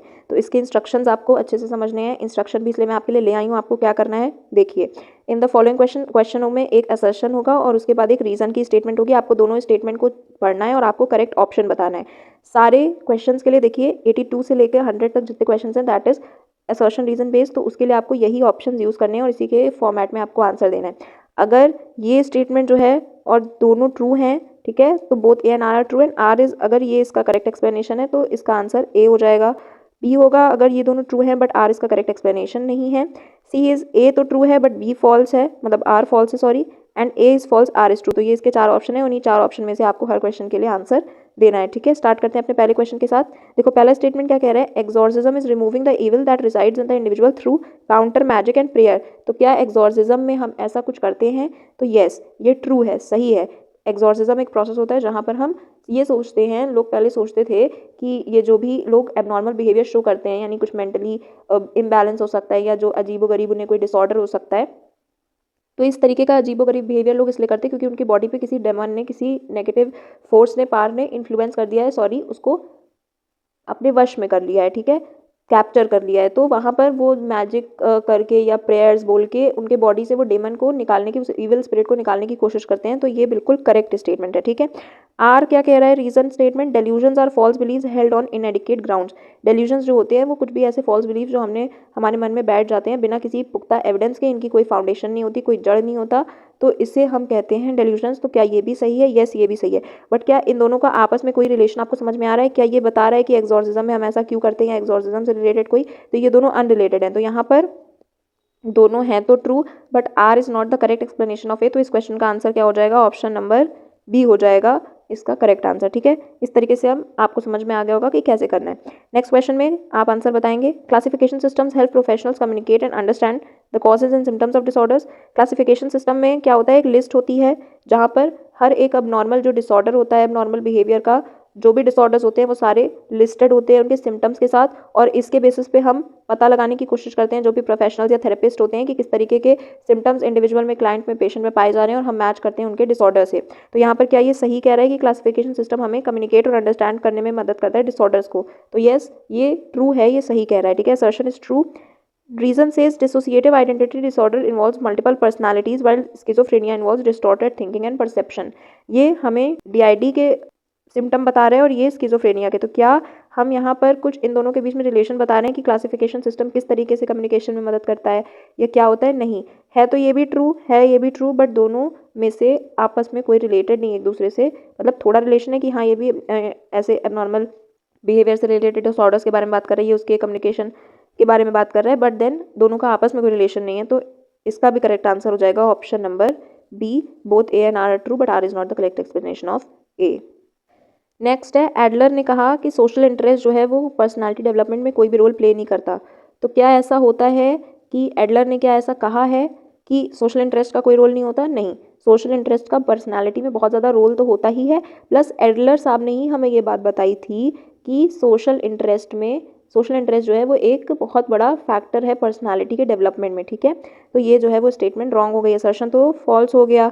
रीज़न जो है वो क्या कह रहा है कि एडलर के according personality development both inferiority feelings को जो है वो ओवरकम करके की जाती है। तो क्या ये सही है? तो हाँ, ये सही है। उन्होंने कहा था कि अगर आप इन्फीरियर फील करोगे तो you will not develop properly, आपकी पर्सनालिटी अच्छे से डेवलप नहीं होगी। आपको सेल्फ एस्टीम शो करना है, अपने आप को हाई सेल्फ एस्टीम में रखना है कि I am able enough to achieve anything, मैं कर सकता हूँ। बचपन से ही आपको ये सारी चीज़ें आपके एक्सपीरियंसेस की वजह से, अगर आपके अंदर कुछ ऐसा इन्फीरियरिटी कॉम्प्लेक्स है तो आपको उसको ओवरकम करना होगा। तो ये बिल्कुल करेक्ट है। तो यहाँ पर ऑप्शन कौन सा हो जाएगा? Option number C, A is false and R is true. ठीक है, next is projective techniques provide a direct and objective assessment of personality. तो क्या प्रोजेक्टिव टेक्निक ऐसा कुछ करता है? डायरेक्ट हम कुछ ऑब्जेक्टिव क्वेश्चन कर रहे हैं क्या? नहीं, यहाँ पर एक सब्जेक्टिव होता है कि जैसे इंक ब्लॉट का टेस्ट होता है। ठीक है, रोरशैक इंक ब्लॉट टेस्ट में क्या होता है कि कोई भी ऐसे एक इंक ब्लॉट उनको दिखाया जाता है, उनको परसीव करना होता है कि वो किस नज़रिए से उसको देखते हैं और वो क्या अज्यूम करते हैं कि ये क्या है, क्या गैस करते हैं। तो यहाँ पर कुछ भी ऐसा स्कोरिंग का कोई मेथड है क्या? कोई ऑब्जेक्टिव स्कोरिंग मेथड है कि हाँ इतने क्वेश्चन सही हुए ये स्कोर हो गया है? नहीं, सब्जेक्टिव होता है। तो ये असर्शन स्टेटमेंट फॉल्स हो गई। रीज़न कह रहा है प्रोजेक्टिव टेक्निक्स में हम स्ट्रक्चर्ड स्टिमुलाई होता है और क्लियरली डिफाइंड स्कोरिंग मेथड्स होते हैं। तो ऐसा कुछ भी नहीं होता है। तो क्या हो गया? ये भी फॉल्स हो गया। तो इसमें दोनों फॉल्स हो गए। तो I am so sorry, because option में आपके मतलब जो मैंने इंस्ट्रक्शन दिया है वो मैंने कॉमन ऑप्शंस रख दिए हैं सारे क्वेश्चन के लिए, बट देन आप यहाँ पर देख रहे हो कि ऑप्शन इसका आना चाहिए A and R both are false. ठीक है, तो लेकिन ये ऑप्शन में नहीं है। तो आप यहाँ पर फिलहाल के लिए ये समझ लो कि इसका correct answer both are false होगा। ऑप्शन मैंने अलग नहीं बनाए हैं, अगर ऑप्शन अलग बनाए होते तो आपको वो ऑप्शन मिलता आंसर में। ठीक है, next question, ethics in psychotherapy require maintaining confidentiality and informed consent. Yes, अगर हम किसी के ऊपर एक्सपेरिमेंट कर रहे हैं, हम किसी के ऊपर साइकोथेरेपी कर रहे हैं, उसके बारे में बात पता कर रहे हैं, उसके माइंड में अनकॉन्शियस उसके क्या थॉट्स हैं, तो हमें ये समझना होगा, ये एथिकल गाइडलाइंस फॉलो करनी होगी, कंसिडरेशन में लेना होगा कि उसकी जो भी फीलिंग्स हैं, पर्सनल बातें हैं, वो हम कॉन्फिडेंशियल बना के रखें और उसकी कंसेंट से हम ये काम करें। ठीक है, तो ये ट्रू है। Therapist must only prioritise the clients wellbeing, मतलब थेरेपिस्ट को सिर्फ और सिर्फ उस पेशेंट को सही करने पे फोकस करना चाहिए, भले ही हम उसमें क्यों ना उसके जो एथिकल गाइडलाइंस हैं उनसे कॉम्प्रोमाइज़ कर लें। तो ये तो दोनों कॉन्ट्राडिक्टिंग है आपस में। ए तो ट्रू है बट आर इज फॉल्स, दोनों ही कॉन्ट्राडिक्ट कर रहे हैं आपस में। तो यहाँ पर आंसर क्या हो जाएगा? Option number C, A is true but R is false. 87वां क्वेश्चन क्या कह रहा है? प्रेजुडिस में नेगेटिव एटीट्यूड होता है, डिस्क्रिमिनेशन में बिहेवियरल कॉम्प्लेक्ट होता है, दैट मे नॉट अकर। तो क्या ये सही है? हाँ, ये करेक्ट है। प्रेजुडिस में नेगेटिव एटीट्यूड होता है। ठीक है, पर्सनल एक्सपीरियंसेस जैसे कि लाइफ चेंजिंग इवेंट्स हो सकते हैं किसी के कुछ, वो आपके एटीट्यूड फॉर्मेशन में इन्फ्लुएंस कर सकते हैं उसको बहुत ज़्यादा। तो येस, कर सकते हैं इन्फ्लुएंस, तो आर भी ट्रू है, लेकिन इन दोनों का आपस में कोई रिलेशन नहीं है, इसलिए इसका करेक्ट आंसर हो जाएगा option number B, both A and R true but R is not the correct explanation of A, ठीक है। सोशल लोफिंग क्या होता है, जहाँ पर हम जब ग्रुप में काम कर रहे हैं तो एक इंडिविजुअल अपनी रिस्पॉन्सिबिलिटी नहीं लेना चाहता, तो is more likely to occur when individual efforts are not recognised. अगर किसी इंडिविजुअल के एफर्ट्स नहीं रिकॉग्नाइज किए जा रहे हैं, कि उसको मेहनत करने के बावजूद भी अगर क्रेडिट नहीं दिया जा रहा, प्रेज नहीं किया जा रहा, अप्रिशिएट नहीं किया जा रहा, तो वो मेहनत करना छोड़ देगा। तो हो सकता है, बिल्कुल ये करेक्ट है असर्शन। बट रीज़न क्या कह रहा है, people work harder in group because they feel more responsible for the outcome. ऐसा कुछ नहीं होता है, वो बहुत ज़्यादा कम रिस्पॉन्सिबिलिटी लेने लगते हैं, और बिकॉज वो ग्रुप में बहुत सारे लोग हैं, वो सोचते हैं कि कोई ना कोई तो कर ही लेगा, अगर मैं नहीं करूँगा तो भी। तो ये आर गलत हो गया, A is true but R is false. Priya constantly, अब देखो ये केस दिया हुआ है, एक ये नया टाइप है, इसमें एक केस दिया हुआ है, उस केस के बेसिस पे ही ये असर्शन रीजन होंगे, इसमें आपको बताना है कि क्या ये सही है या नहीं। प्रिया जो है वो बहुत ज़्यादा कंटामिनेशन मतलब गंदगी से बहुत ज़्यादा वरी करती है, परेशान होती है, और बार बार अपने हैंड्स को या हाथ को धोती रहती है। कभी कभी घंटों तक वो ऐसे हाथ ही धोती रहती है। वो बहुत ज़्यादा डिस्ट्रेस फील करती है, अगर वो कहीं भी अगर वो हाथ नहीं धोने पा रही है, अगर उसको ऐसा मौका नहीं मिल पा रहा कि वो हैंड वॉश कर सके, तो बहुत ज़्यादा स्ट्रेस्ड हो जाती है। तो क्या इसका आंसर होगा? असर्शन क्या कह रहे हैं, प्रिया क्या क्या प्रॉब्लम है इसको, ओसीडी की प्रॉब्लम है, ठीक है। तो Priya is experiencing symptoms of OCD, तो yes assertion is correct, Priya को ओसीडी के सिम्टम्स हो रहे हैं। ओसीडी में क्या होता है, परसिस्टेंट इंट्रूसिव थॉट्स होते हैं एंड रेपिटेटिव बिहेवियर होते हैं, परफॉर्म टू रिड्यूस एंग्जाइटी, तो ये भी करेक्ट है। तो A and R true and R is the correct explanation of A. Next question, humanistic therapy aims to help individuals achieve personal growth. क्या हम humanistic में पर्सनल ग्रोथ के बारे में बात करते हैं? तो येस, ह्यूमनिस्टिक थेरेपी जैसे कि क्लाइंट सेंटर्ड थेरेपी जो होती है, उसमें हम सेल्फ ग्रोथ पे बात करते हैं, सेल्फ एक्चुअलाइजेशन पे, हमारा फुल पोटेंशियल हम अचीव कर सके, तो ये करेक्ट है।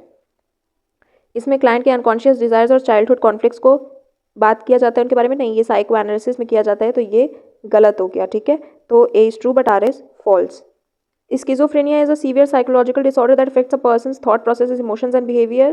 ट्रू है, ये एक सीवियर साइकोलॉजिकल डिसऑर्डर होता है, इसमें ऐसे सिम्टम्स होते हैं। स्किज़ोफ्रेनिया में चाइल्डहुड ट्रॉमा का बहुत ज़्यादा इन्फ्लुएंस होता है, और कभी कभी सिर्फ और सिर्फ थेरेपी से, बिना दवाई दिए या बिना किसी मेडिकेशन के हम इस प्रॉब्लम को सही कर लेते हैं। तो ऐसा नहीं होता है, मेडिकेशन की जरूरत पड़ती है, बिकॉज बहुत ज़्यादा सीवियर इशू होता है ये। तो ए तो ट्रू है, बट यहाँ पर आर फॉल्स है। 92nd question says group think leads to better decision making. क्या ग्रुप थिंक में बेटर डिसीजन मेकिंग होती है? नहीं, और डिसीजन मेकिंग गड़बड़ हो जाती है। A is false. It encourages diverse perspectives in critical evaluation of options. हाँ, ये होता है कि जब बहुत सारे लोगों का अपना अपना आइडिया वो देंगे, अपने अपने ओपिनियन बताएंगे, तो डाइवर्स पर्सपेक्टिव होगा, एक बहुत सारे नज़रिए से चीज़ें, एक चीज़ को हम देख सकेंगे, उसके बारे में थॉट्स जो है वो आएंगे, एंड क्रिटिकल इवैल्यूएशन हो सकेगा ऑप्शंस का। बट वहाँ पर ग्रुप थिंक हो सकती है कि डिसीजन मेकिंग में कहीं ना कहीं इधर उधर कुछ हो सकती है।